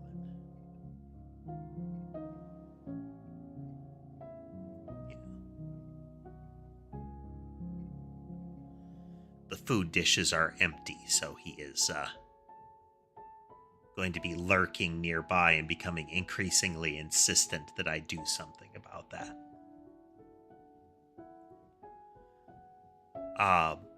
And when I say the food dishes are empty, they are actually empty. So one of the things, there are two things you can do as far as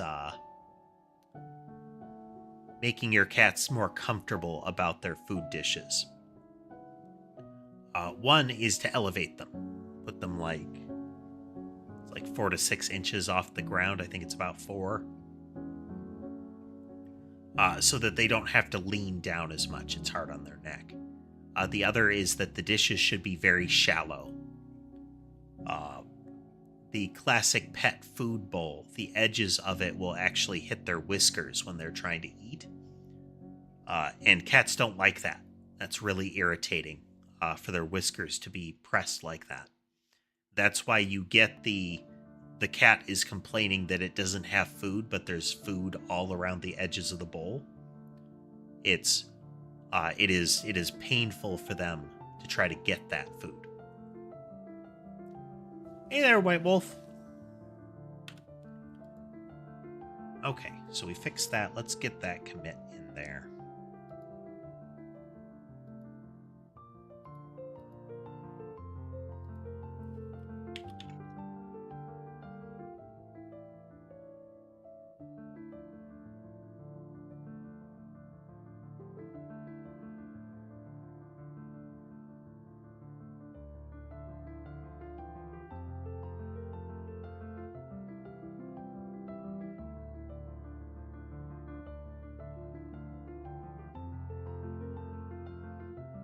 Berlin?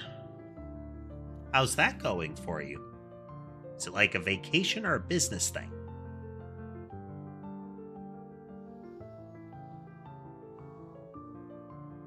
Trying to decide if I want to try to start the collision handling change, the potential collision handling change.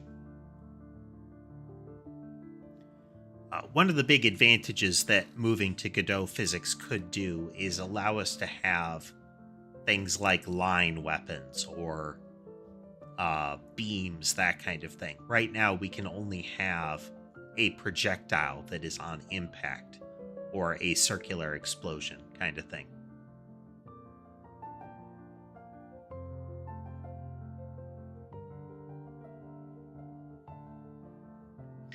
But if we had a non-shader based collision, we could be more robust about that. Okay, so technically we could do more complex shape collision, but that gets fiddly fast.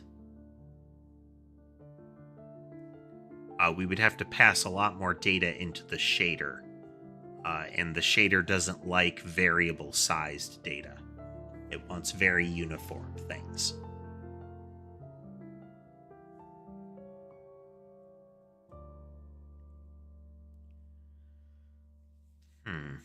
Well, let's try that.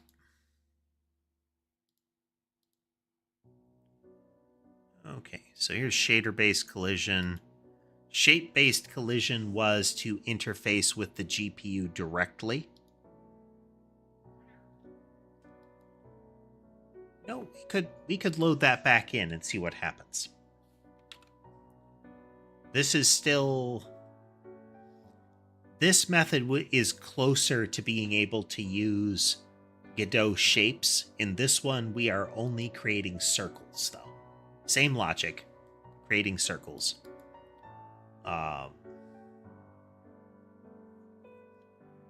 Is this even still working?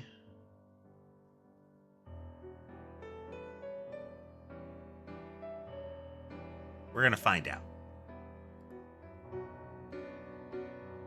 All right, we are going to switch our collision method. There's our rendering method. Collision, shape-based.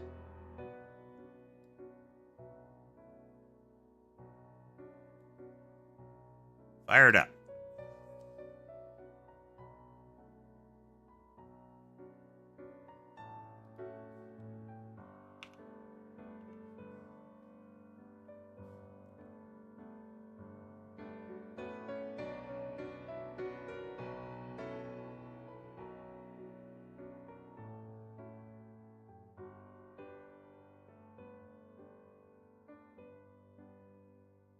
We're definitely getting some hitches. There's a performance issue going on here.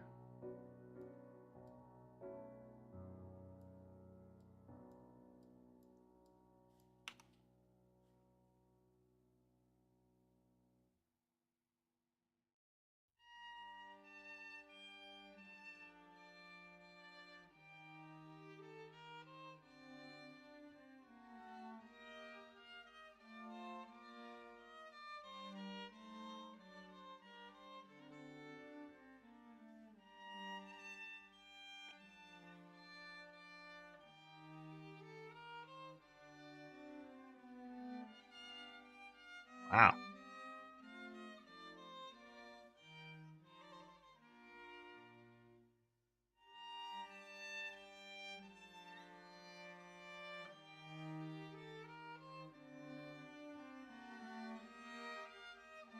They are reducing their spawn rate here.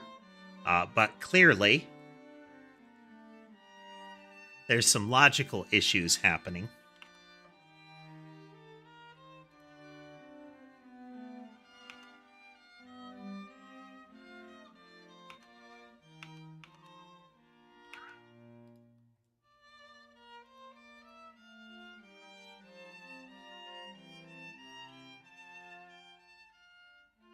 All right.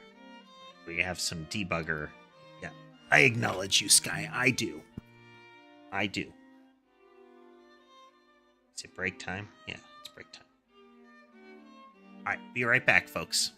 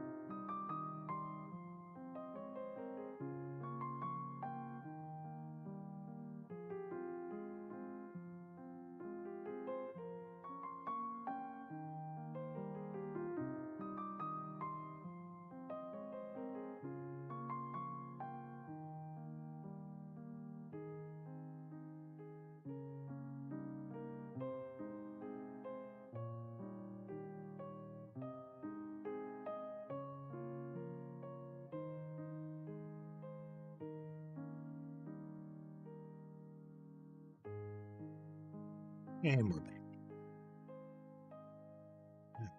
Is this functional again? Okay.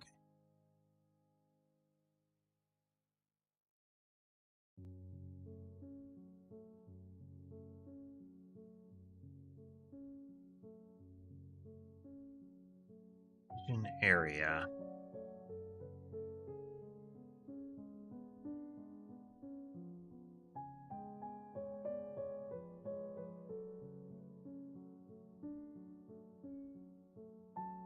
And November.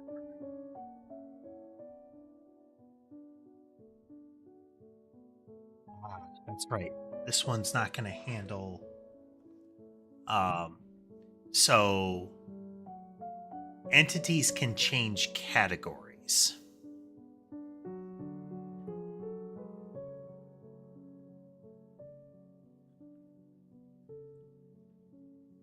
Ember has come to sit with me, which means I have to move and type carefully here.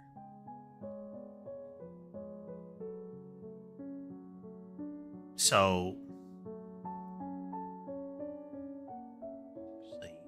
is that the case that we're worried about here?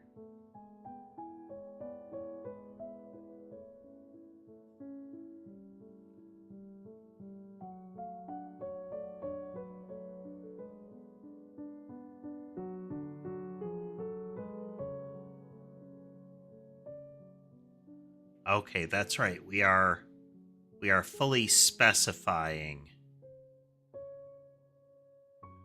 There's a lot of footwork that we put into this one.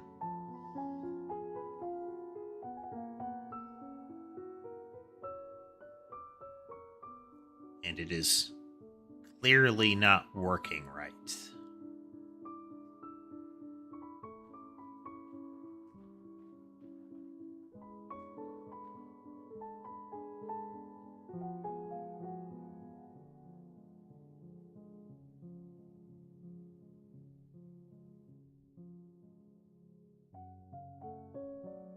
Are we defining how many areas to use?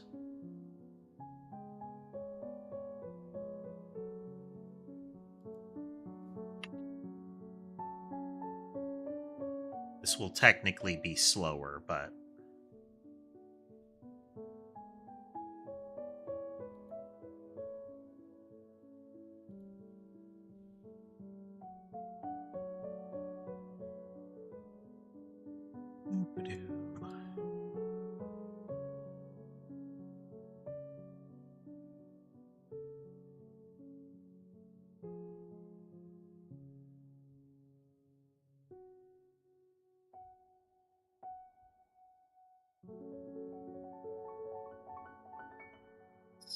put that on the Godot side to see if we've got errors being generated.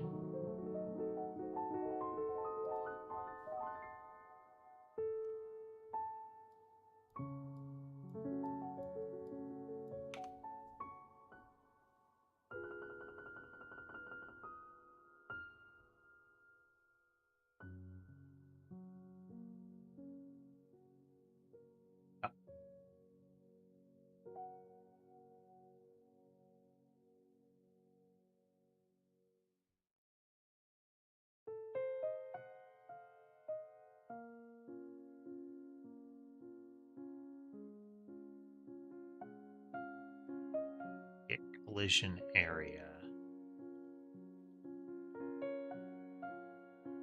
So we're trying this method because it is still effectively Godot shape based, but it gives us a little bit of opportunity to change things around. No, it's still ultimately not what we want. So instead of fiddling with this too much here, yeah, I know, Ember, I know.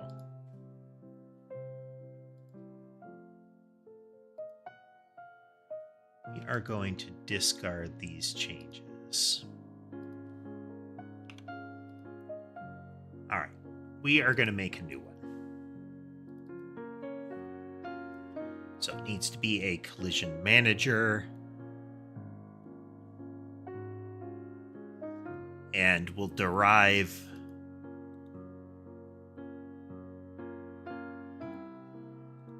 say add new folder. This is node based.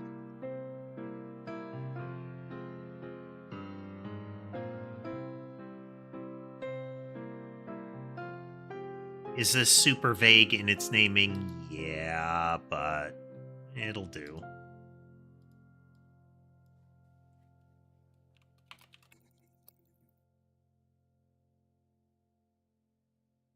Adage were.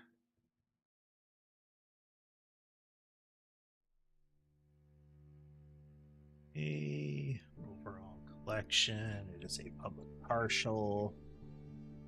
And it extends collision manager.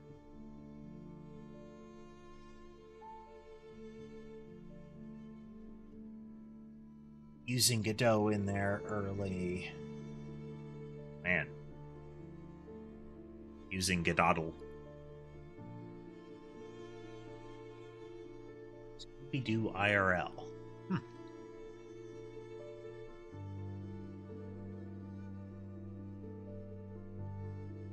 I know casual mystery investigation is something that folks get into.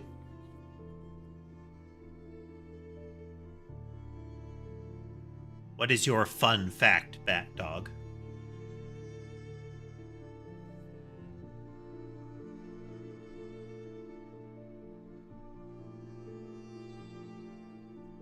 Yeah, that would be true. Looking up generally does lead to the ceiling.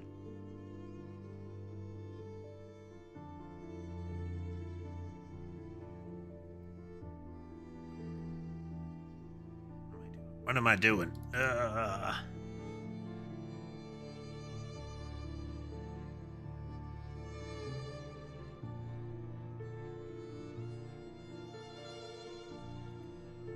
Collision components that we need.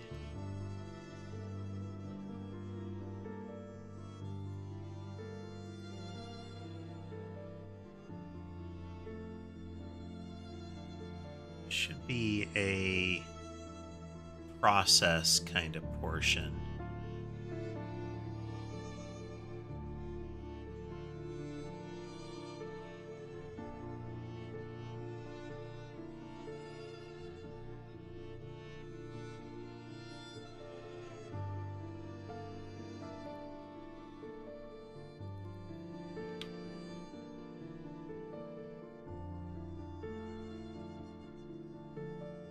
Check collisions and then in game.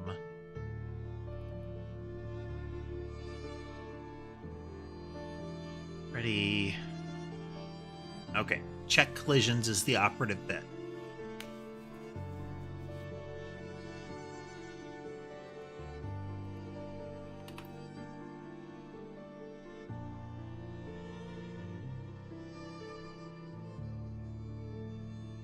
No particular cleanup to do yet, but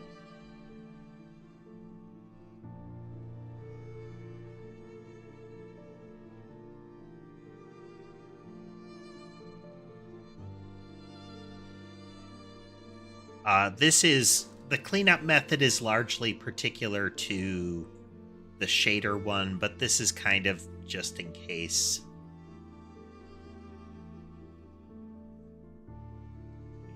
Collision layer anywhere in the shader based one?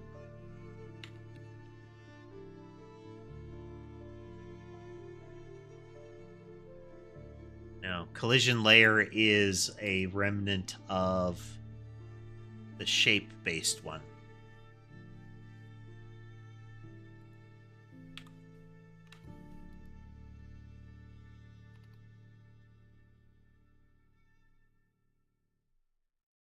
This would largely not do anything.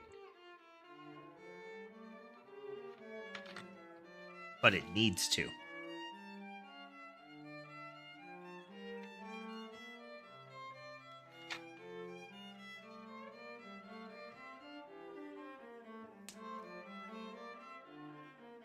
We could catalog all of the collisions that happen during a physics step. And only emit them when we do check collisions.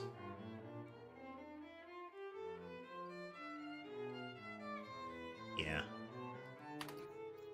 Okay, so my theory with this one is that every entity will have a collision shape on it. or a collision shape associated with it, then each time there is a physics tick, and in fact we can ignore the physics ticks in the collision manager if we haven't received a check collisions call.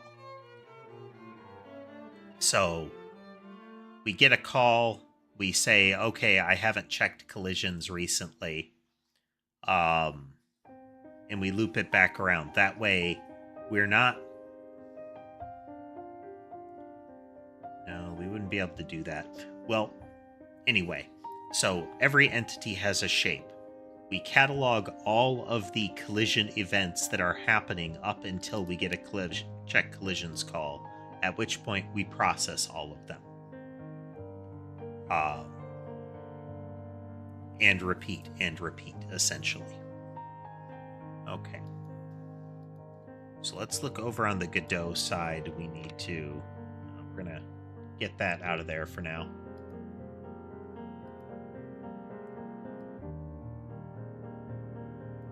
Yeah, okay.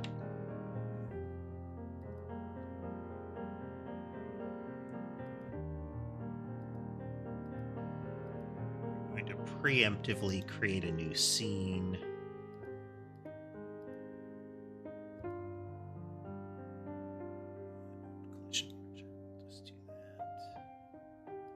New scene.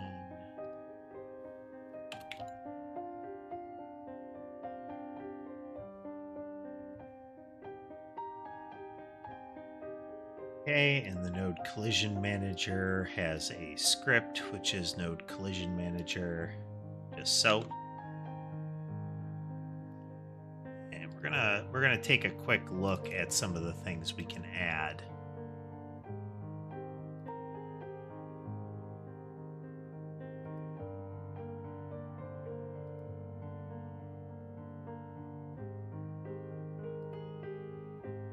Collision shapes.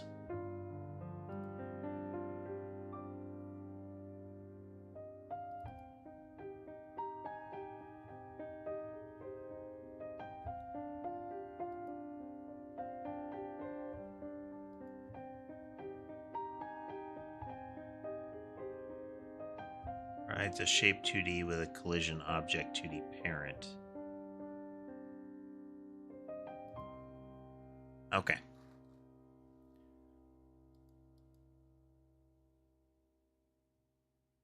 Well, let's...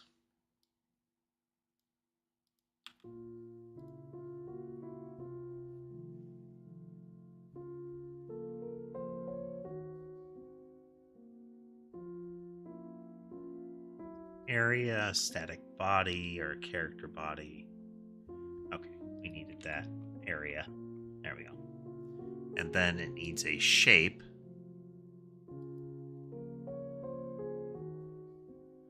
Okay, so each area 2D would then have a collision shape that is a child of it, and that collision shape needs an actual shape object. That's the sequence that we would be creating them in. So the node there's going to be a subclass that extends area 2D that would then create all its constituent bits.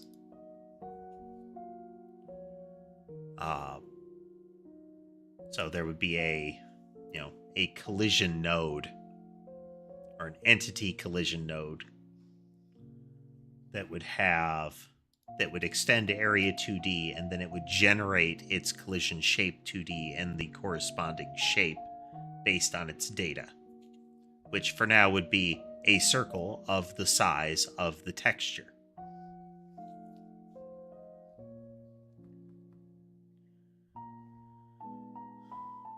So we would need a collection of those things. That would be the first marker. Each one of those things is going to be tied to an entity, would react to the entity going out of existence and emit an event. Okay.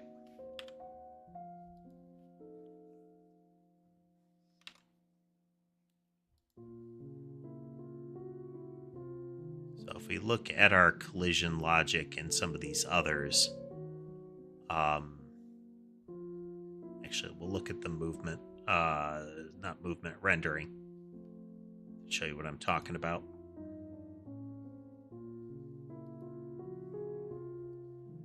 So in individual node rendering, node-based rendering.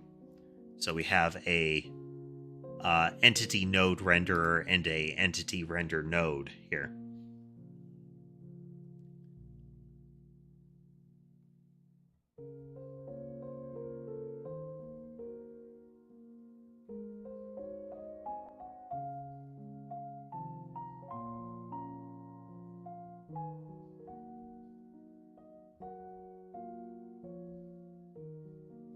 Let's rename that. It's going to pitch a fit.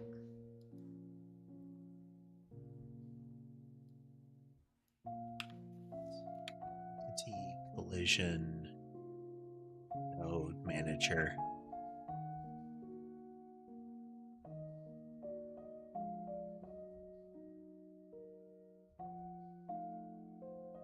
That, go into Godot.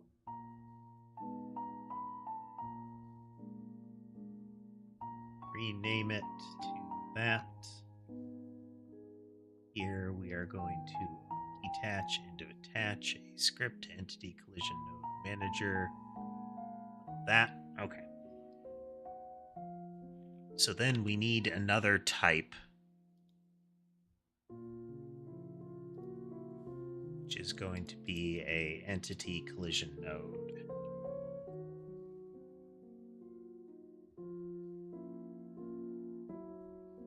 So, public partial class and the universal namespace, and it extends area 2D. Okay, so this is the area, then that area needs a shape, a collision shape, and then that collision shape needs a shape.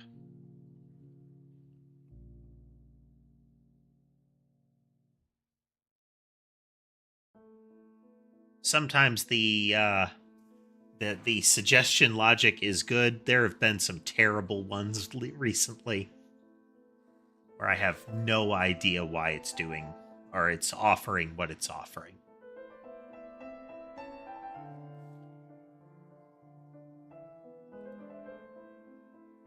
Check that. Check this. Okay. That button there. All right. Okay, this needs a... This is its collision shape.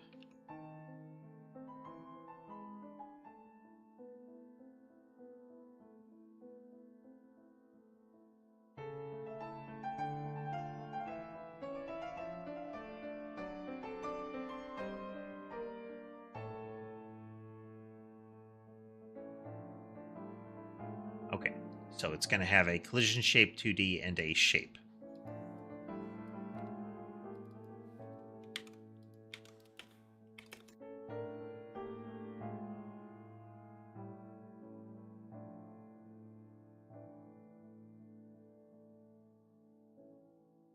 Not really until it's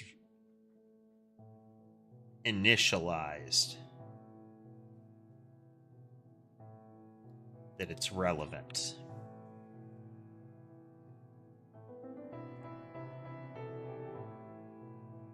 So we shouldn't be creating the shape right away.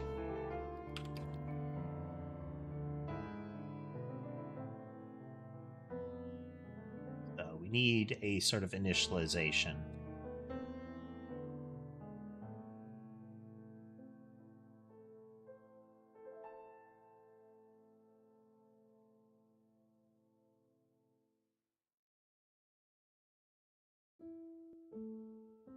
I'm going to put this in here for now.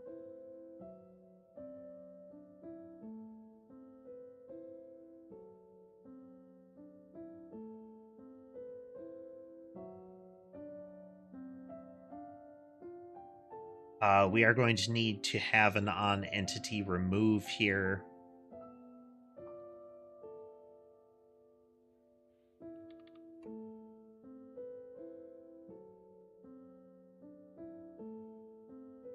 entity plus equals that, but we're going to say on remove entity.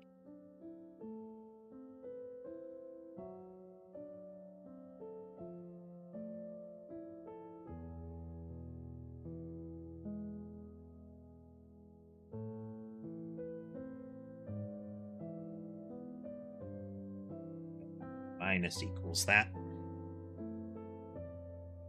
We'll also need to track things like moving the entity.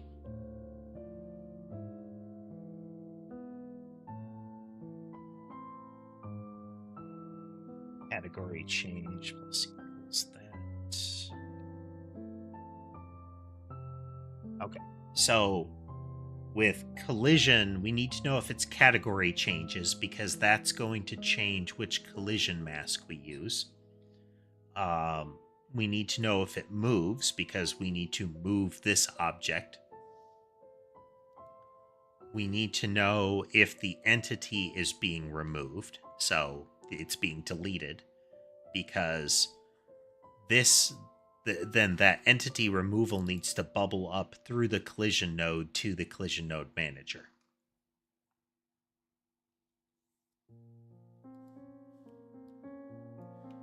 That and this.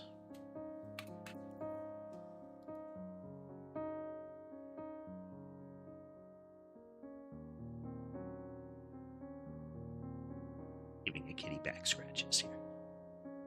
You. Yeah.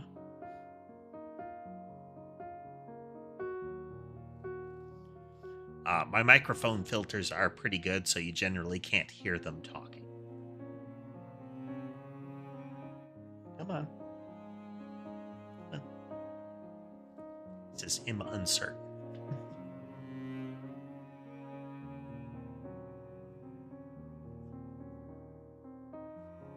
Sherbet is still often very timid, but he really does like getting back scratches.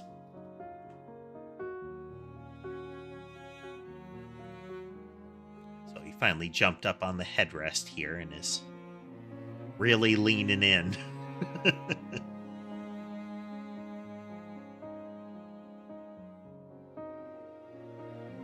There you go. Okay, and then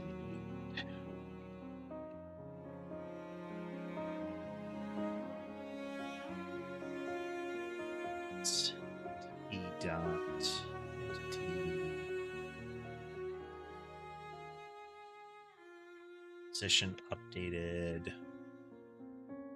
That on entity position updated.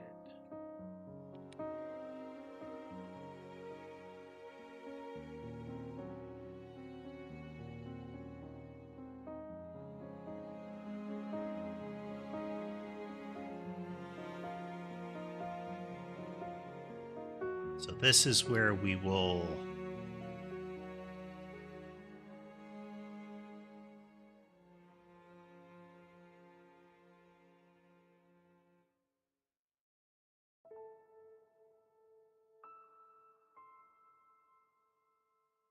ride ready. Okay, this we should be able to make a collision shape 2D and always have that one ready to go. It's the shape and the positioning that matters. Hey.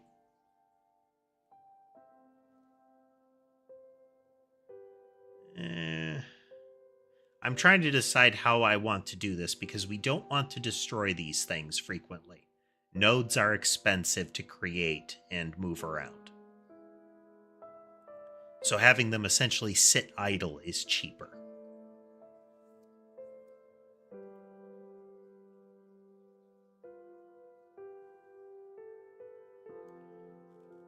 Precisely how we'll do that, not as sure.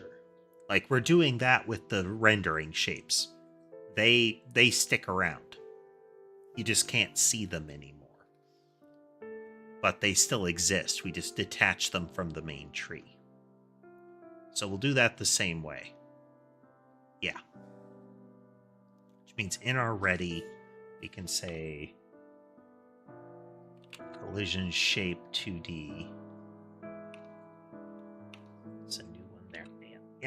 Yep. Hey, buddy.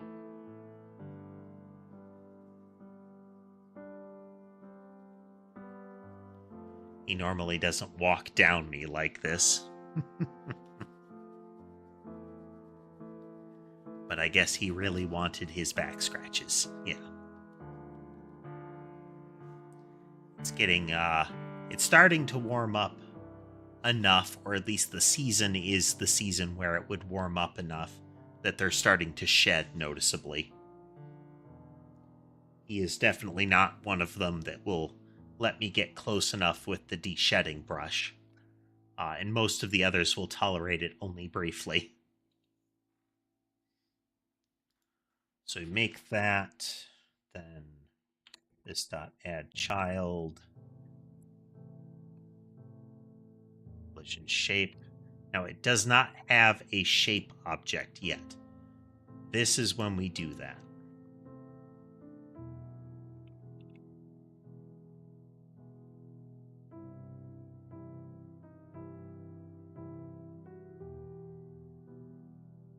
Shape.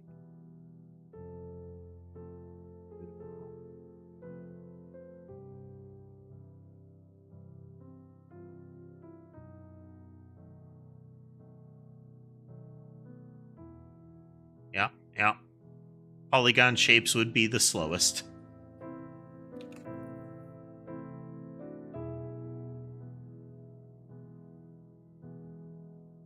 Okay, in this we would be consulting the entity to figure out what kind of shape it would use.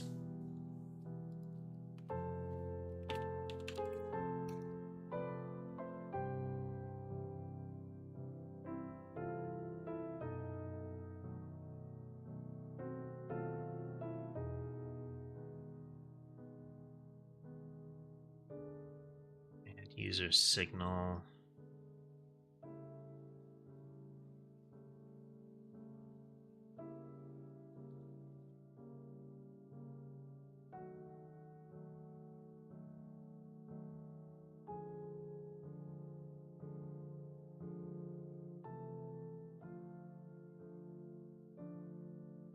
Looking for the configuration settings for how to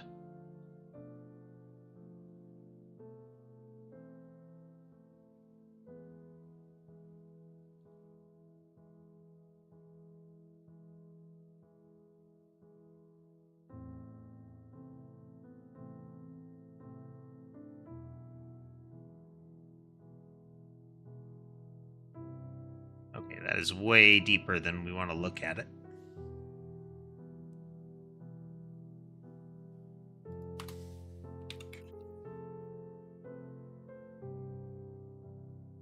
Okay, we treat it as if it is a circle shape. All right. Let's do that.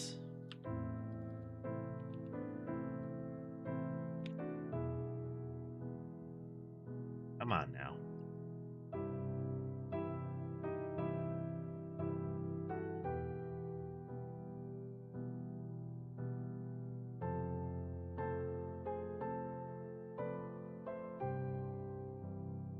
So then we are creating our circle shape here.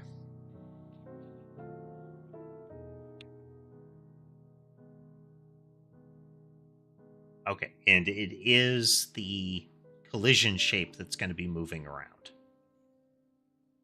Or the area that will be moving around, more likely.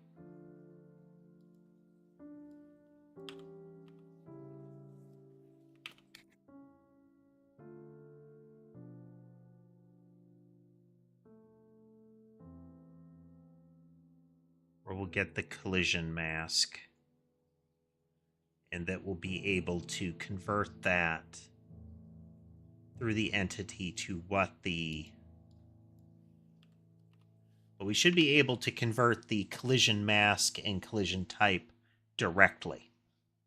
You know, what does this collide with kind of thing. Okay.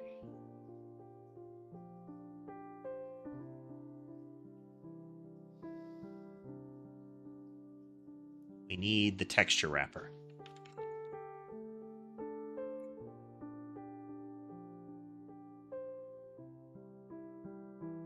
To services, catalog.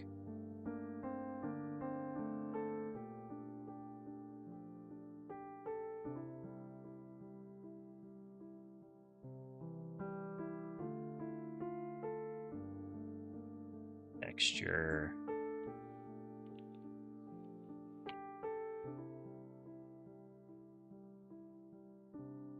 Entity. Texture key. There we go.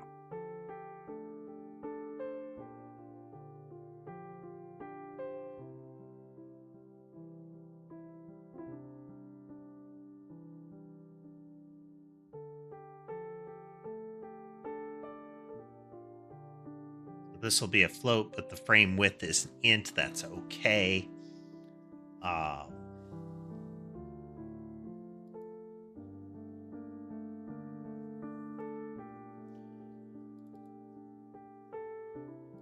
Don't actually... Okay, we're going to keep shape around in case there's some fiddly logic for changing it. Don't actually need to, though. So, collision shape dot shape.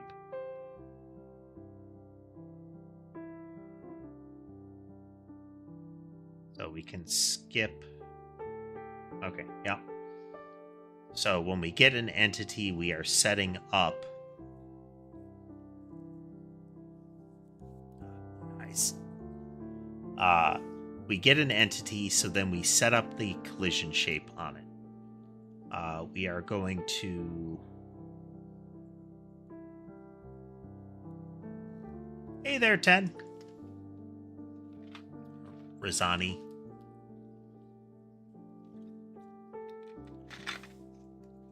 But 10, welcome.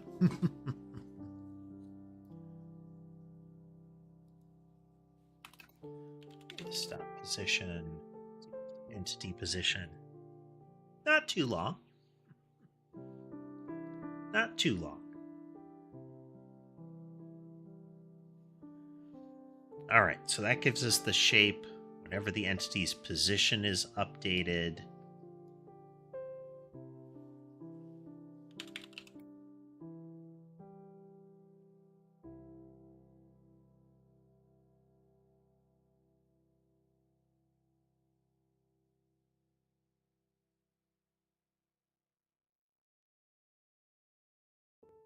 Actually change this around so that we keep track of what the change was in case it is relevant. At least for the shader collision manager, it's very relevant. Really for all of them, it will be relevant.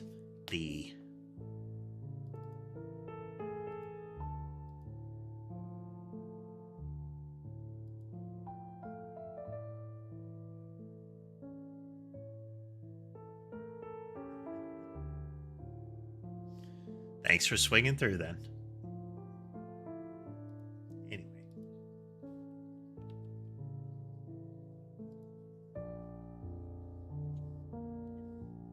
For this, we'll have to change the mask on the area.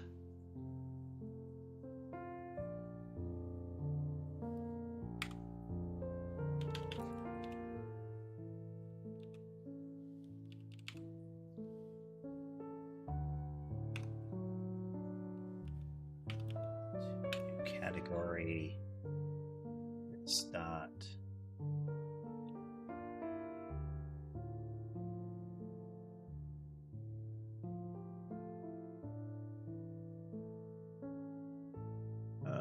What is it called?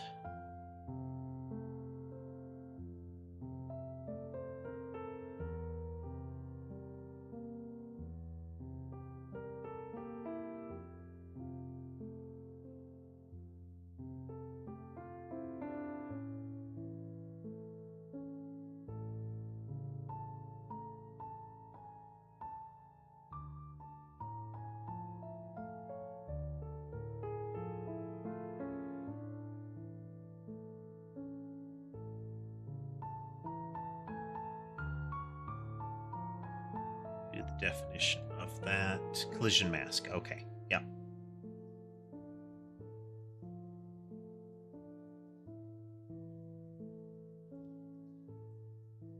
We can make this more complicated if we need to.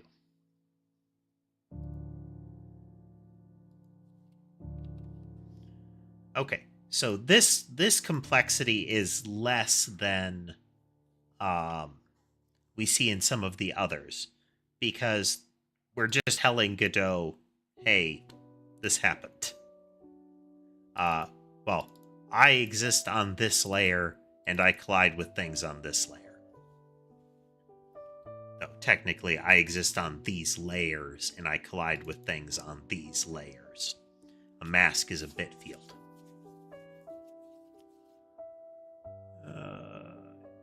To remove the position update.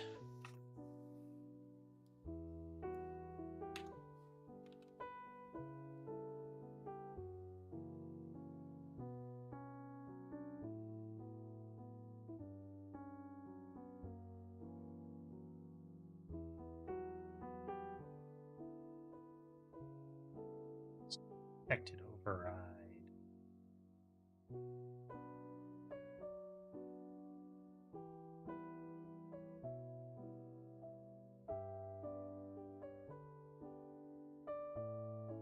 I think there is a set callback. It's been a bit since I have dealt with this.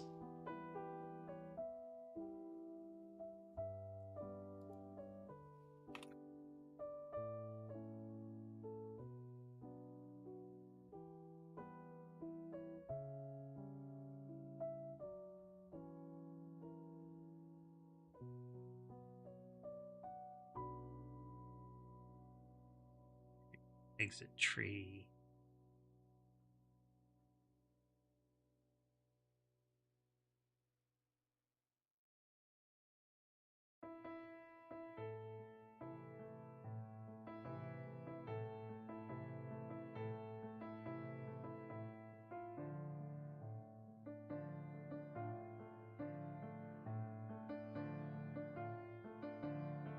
You have to set a callback on it.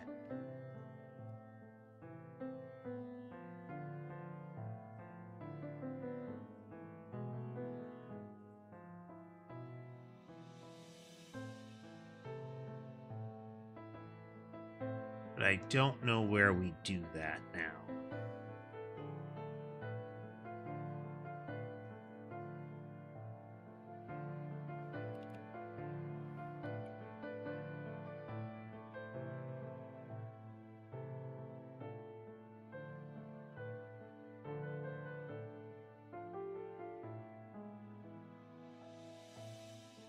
How do we do that?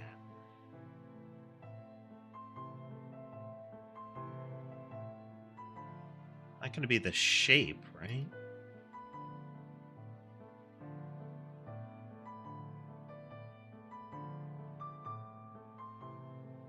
Changes. I think it's going to be the signal. Yeah. Might have to do some reading on that.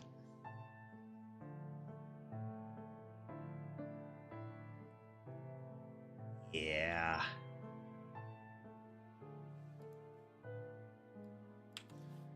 So effectively, Godot uses a specific type of callback logic to it. Effectively, a different way of doing this. It's kind of ugly. Hello, Ember. Yeah. Says, I am done getting a snack. I need a hug.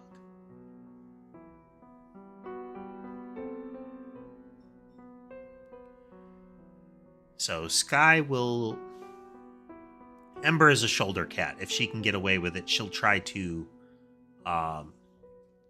she'll try to put her forepaws on my shoulder and be cradled. Mason technically likes that too, but I feel like he doesn't understand 50 to 75% of the process. Like, he wants to put his forepaws on my shoulder, but he doesn't really know what to do with the rest of himself. Sammy and Sky are generally lap cats. Sammy, as long as I hold very still and give her lots of back scratches. Sky, it's rare, but he'll swing by and he'll sit on my lap. But if that's going to happen, he wants a lot of attention. Otherwise, he'll get right up in my face. Sherbet will only strafe me. Usually he'll be nearby or he'll jump up on the headrest for attention. Molly generally isn't terribly snuggly. It's if she'll sit by your feet. And if she ends up in your lap, she's okay with it. But for the most part, she's kind of a lay on the floor. Oh, brief disconnection there.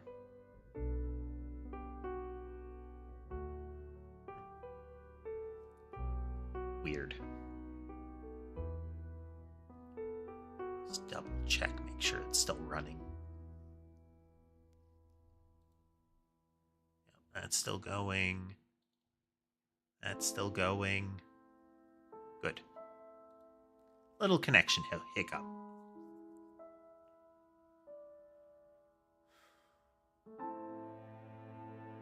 Just a second. Let me look that up. I need to figure out the syntax for doing this.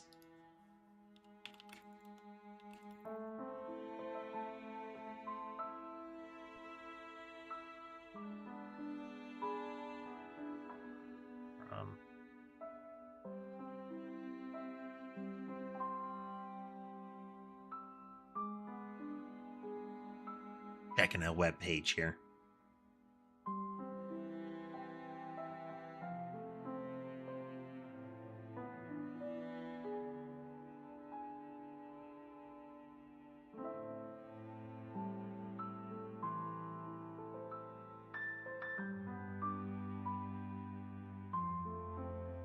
Yeah. Yeah.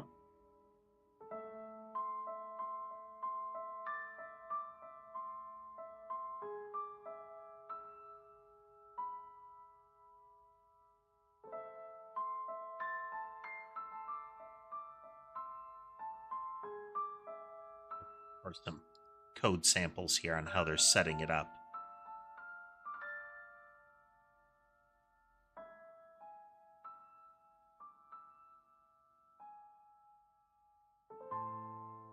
So don't want to have it there.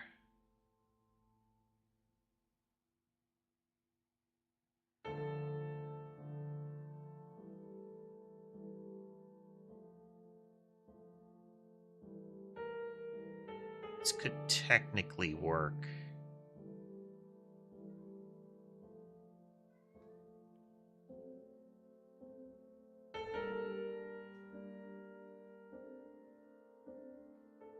Let's see here.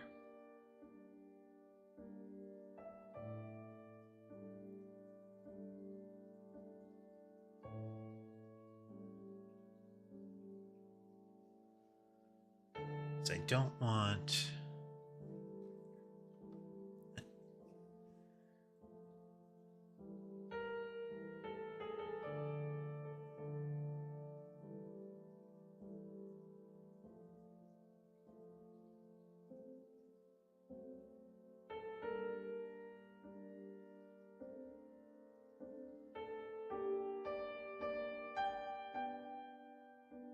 Not really what I want to do. I really would like to avoid using the character bodies.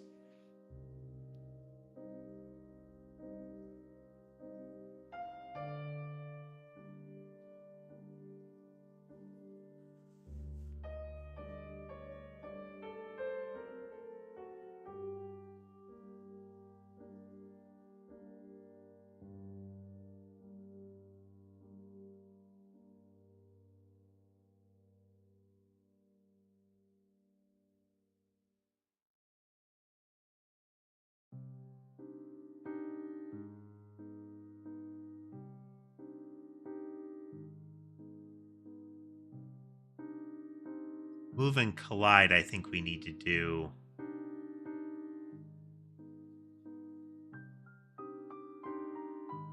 What do I have for area?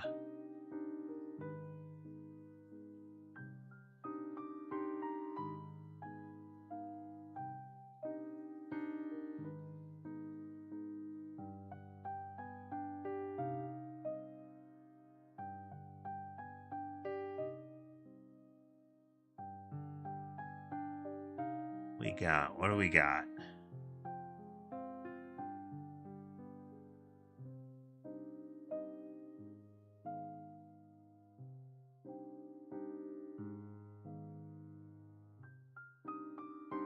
Right, and we only really care if they are overlapping.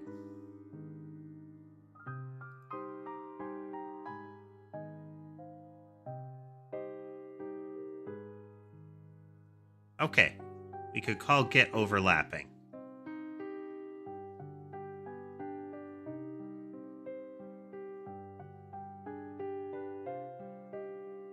Consider using signals instead.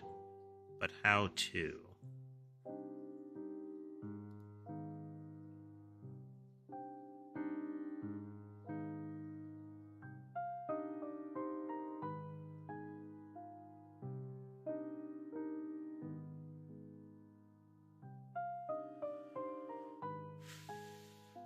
If this works out well enough, we may revisit the physics server pattern.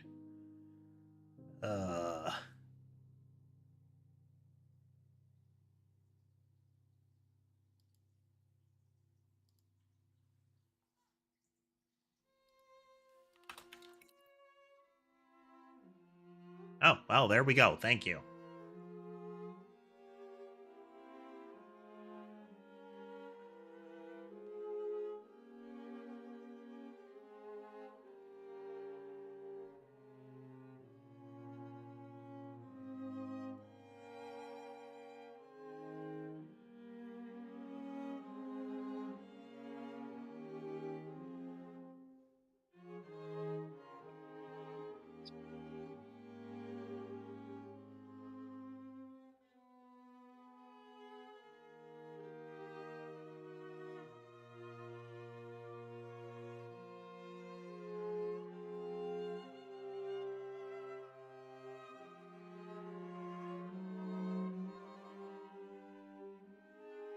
Think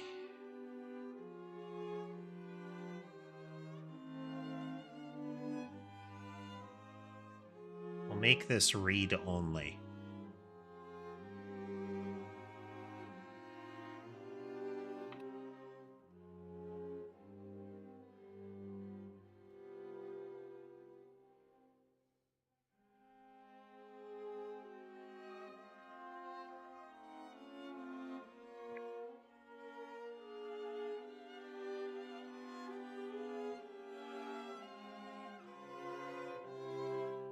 So whenever this happens, we're going to raise a collision event in a similar fashion to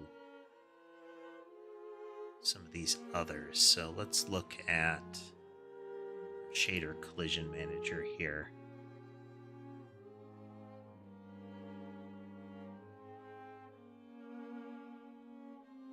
Okay, we create a collision message, source to target. This to that.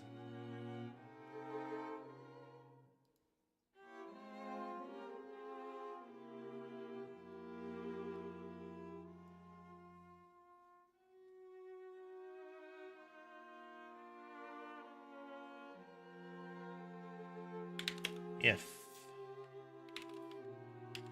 area does not equal null,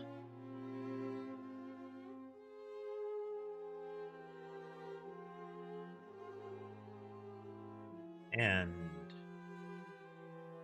that is entity collision node.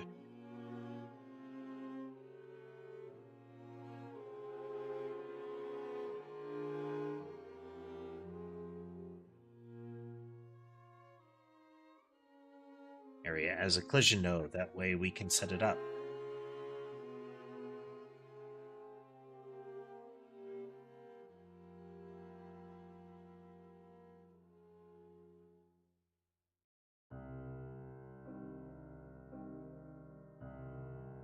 Don't need to, we can call.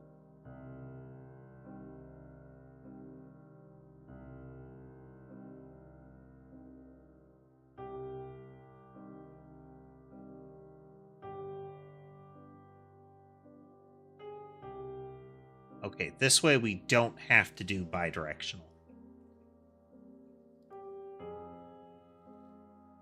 This is going to be I collided with you.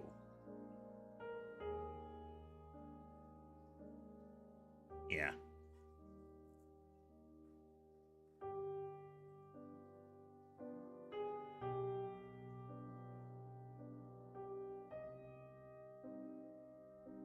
This is more of a you collided with me based on the logic here.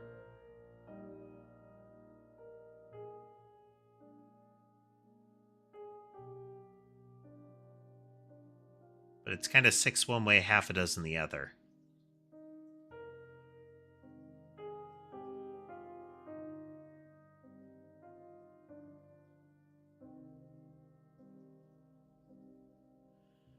Yeah, let's do a I collided with you.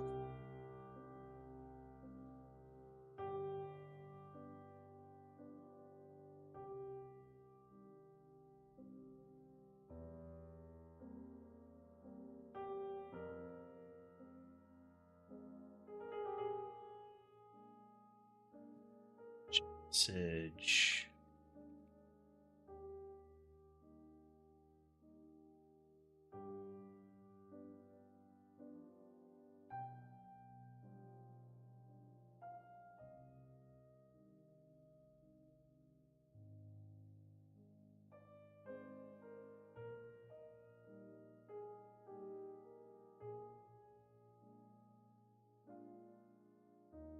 This is I collided with you.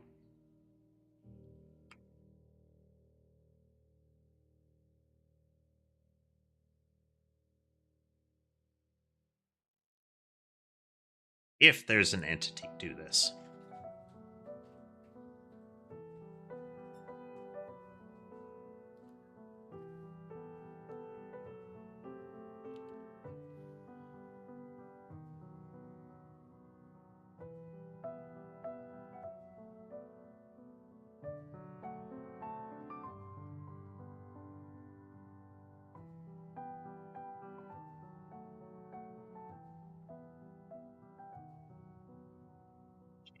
Shape to null.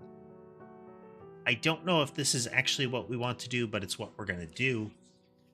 This is when we remove the entity, we get rid of the shape entirely.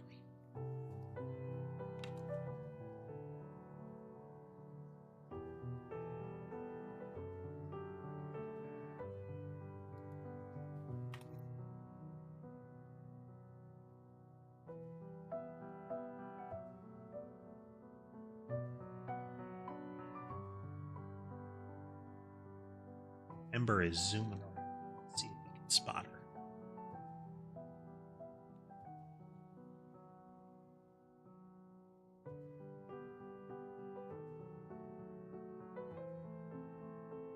Just lower left of it. I don't think we'll be able to see.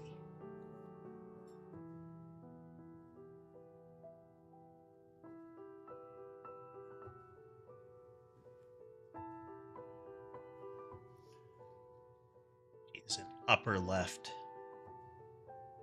Deciding which litter box to use.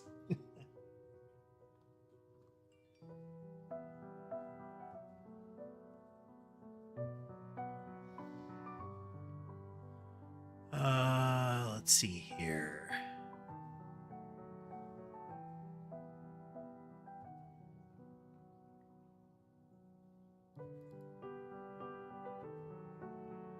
Get void. Okay.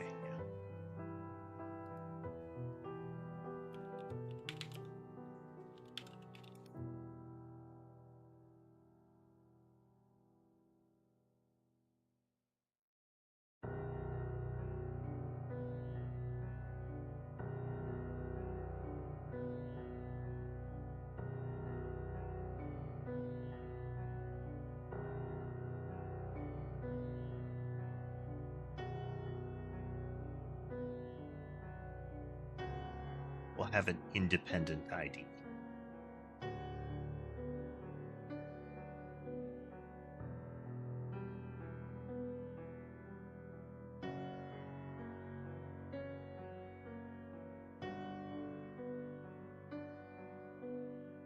So when the event happens, we'll set that up. Initialize should have an entity and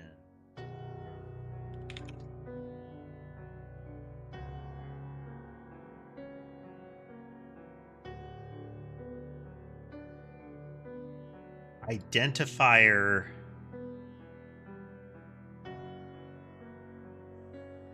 Oh, no.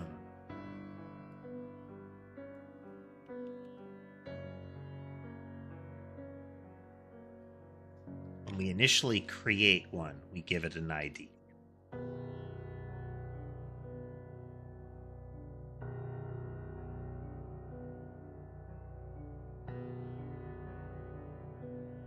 This is relevant. It's, I don't want to...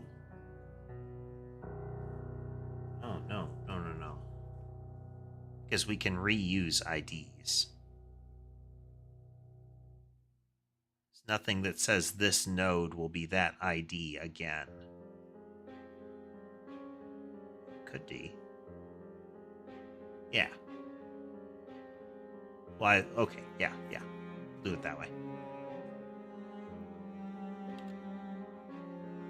We create it, we give it an ID.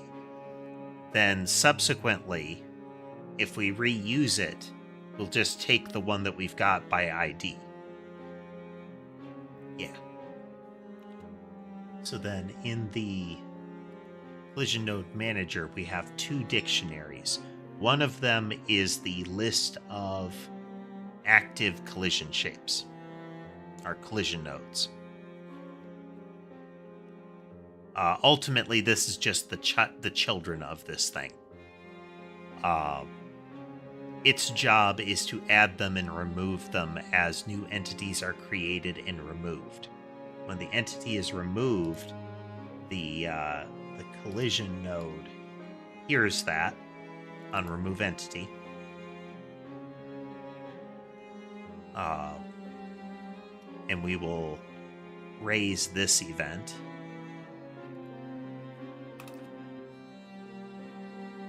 We need to have that event.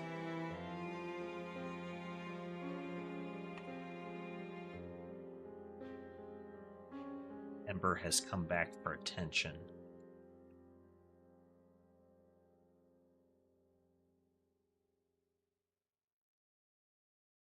Node.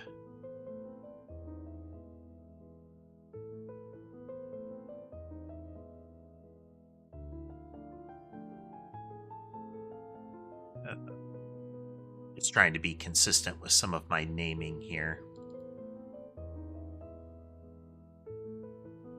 Yeah, just use the same name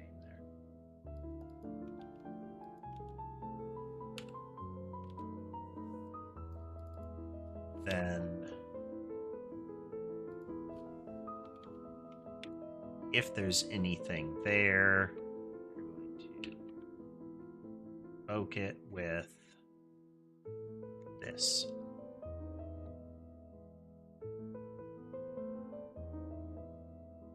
Okay, that gets raised. So the manager is going to look for two things. The entity added from the entity manager, and it's going to look for the remove entity collision node for each collision node.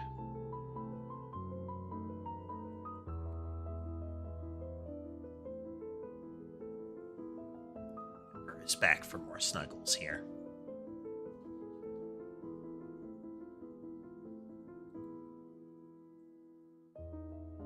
Right. That said, I think we're going to break here. Might work on this a little bit more in the background, just to keep the momentum going. But the goal of this one is to see if we can use the Godot level physics instead of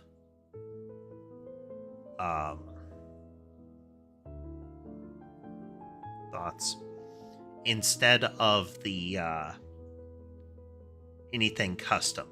Now, I may be able to revisit the physics server shape construction and just clean that up, but there are going to be limitations to that. I don't want to. We have to be cautious of what kind of issue what kind of issues we'll run into.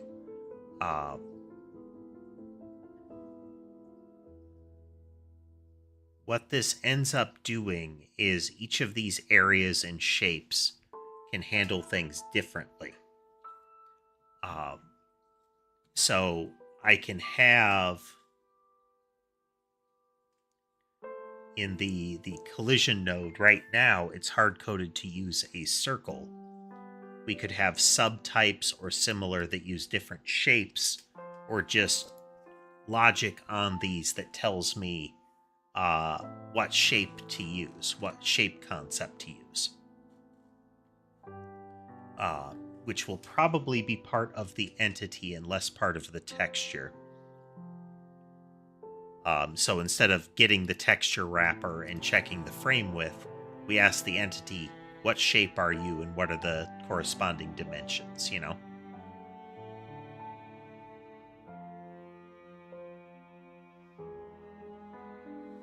Yeah. Can we do this with the rendering server? Yes, as far as the shapes are concerned. We could do a lot with that, but one of the limitations there is things like hit scans. I do want to be able to use beam weaponry, and one possibility for that is just the draw a uninterrupted line for a particular distance. How many things got hit by that? That is a classic beam weapon kind of concept. Now, you can also do that with a particle effect that has multiple instances along its length. So each of them can strike, essentially. But you need to make sure in that scenario that we don't have duplicate collisions with the beam. The beam can hit as a whole, but it doesn't hit the same target multiple times necessarily.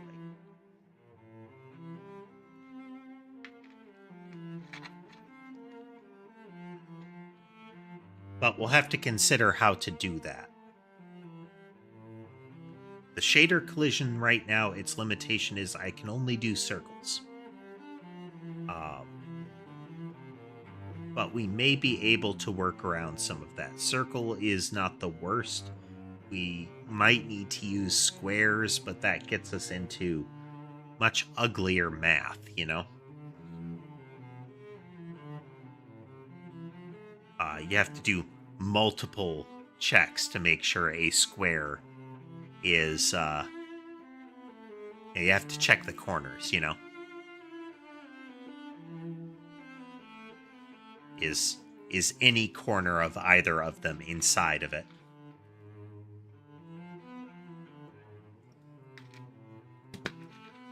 Maybe we would have multiple circles for a given entity, you know? Since self-collision is not common, but then we run into the issue with repulsion, that kind of thing. Anyway. Okay, so we accomplished some bug fixing. We have the new rendering in place. We can always fall back, but this new rendering does open the door to particle effects. I do want to look at the alternate collision, just for flexibility's sake. By doing this, I can also have concepts like there are multiple shapes. So I could create a chain of shapes, and if any of those shapes within an area run into problems, then, or run into something, then I can report to the same event, as opposed to I have one circle per entity. This could be many shapes per entity.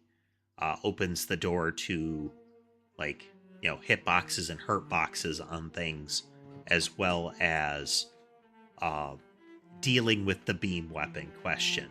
Like, how can I have a single attack that can strike along its whole length without being a hit scan or penetrating?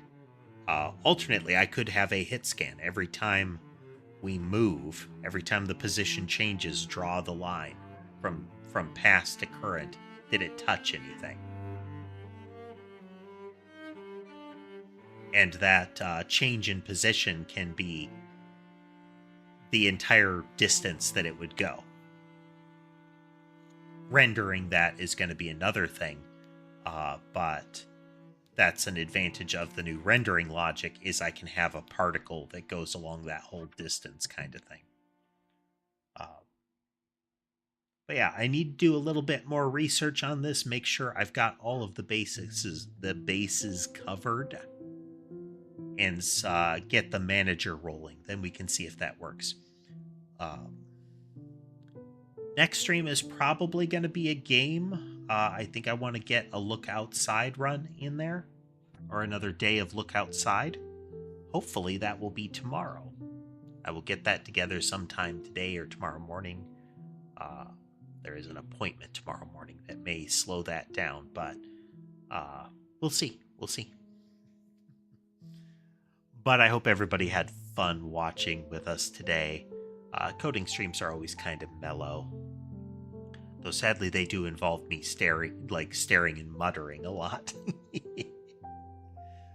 But if you like what you saw and would like to see more, remember to like, follow, subscribe, all that kind of stuff. It does help the channel grow. If you'd like to consider supporting the channel, you can do so through channel memberships on YouTube and Twitch, as well as through things like Patreon. What is...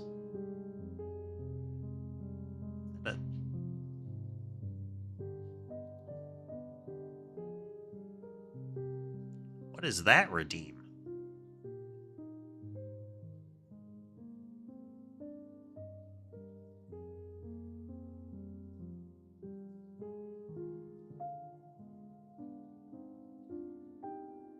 Ah. I see. I'm trying to find all of the... pointy paws, pointy paws.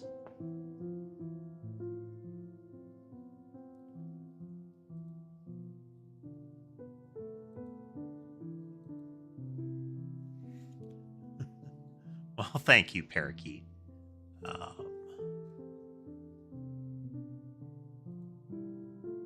Find all of the things here. Where is my... I haven't looked at Twitch closely enough here. Oof. Ma'am. Ma'am. Ma'am.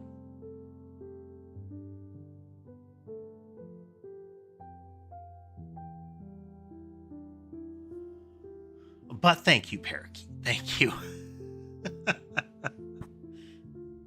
Ember always manages to have one little murder mitt, one claw on one of her paws that causes problems.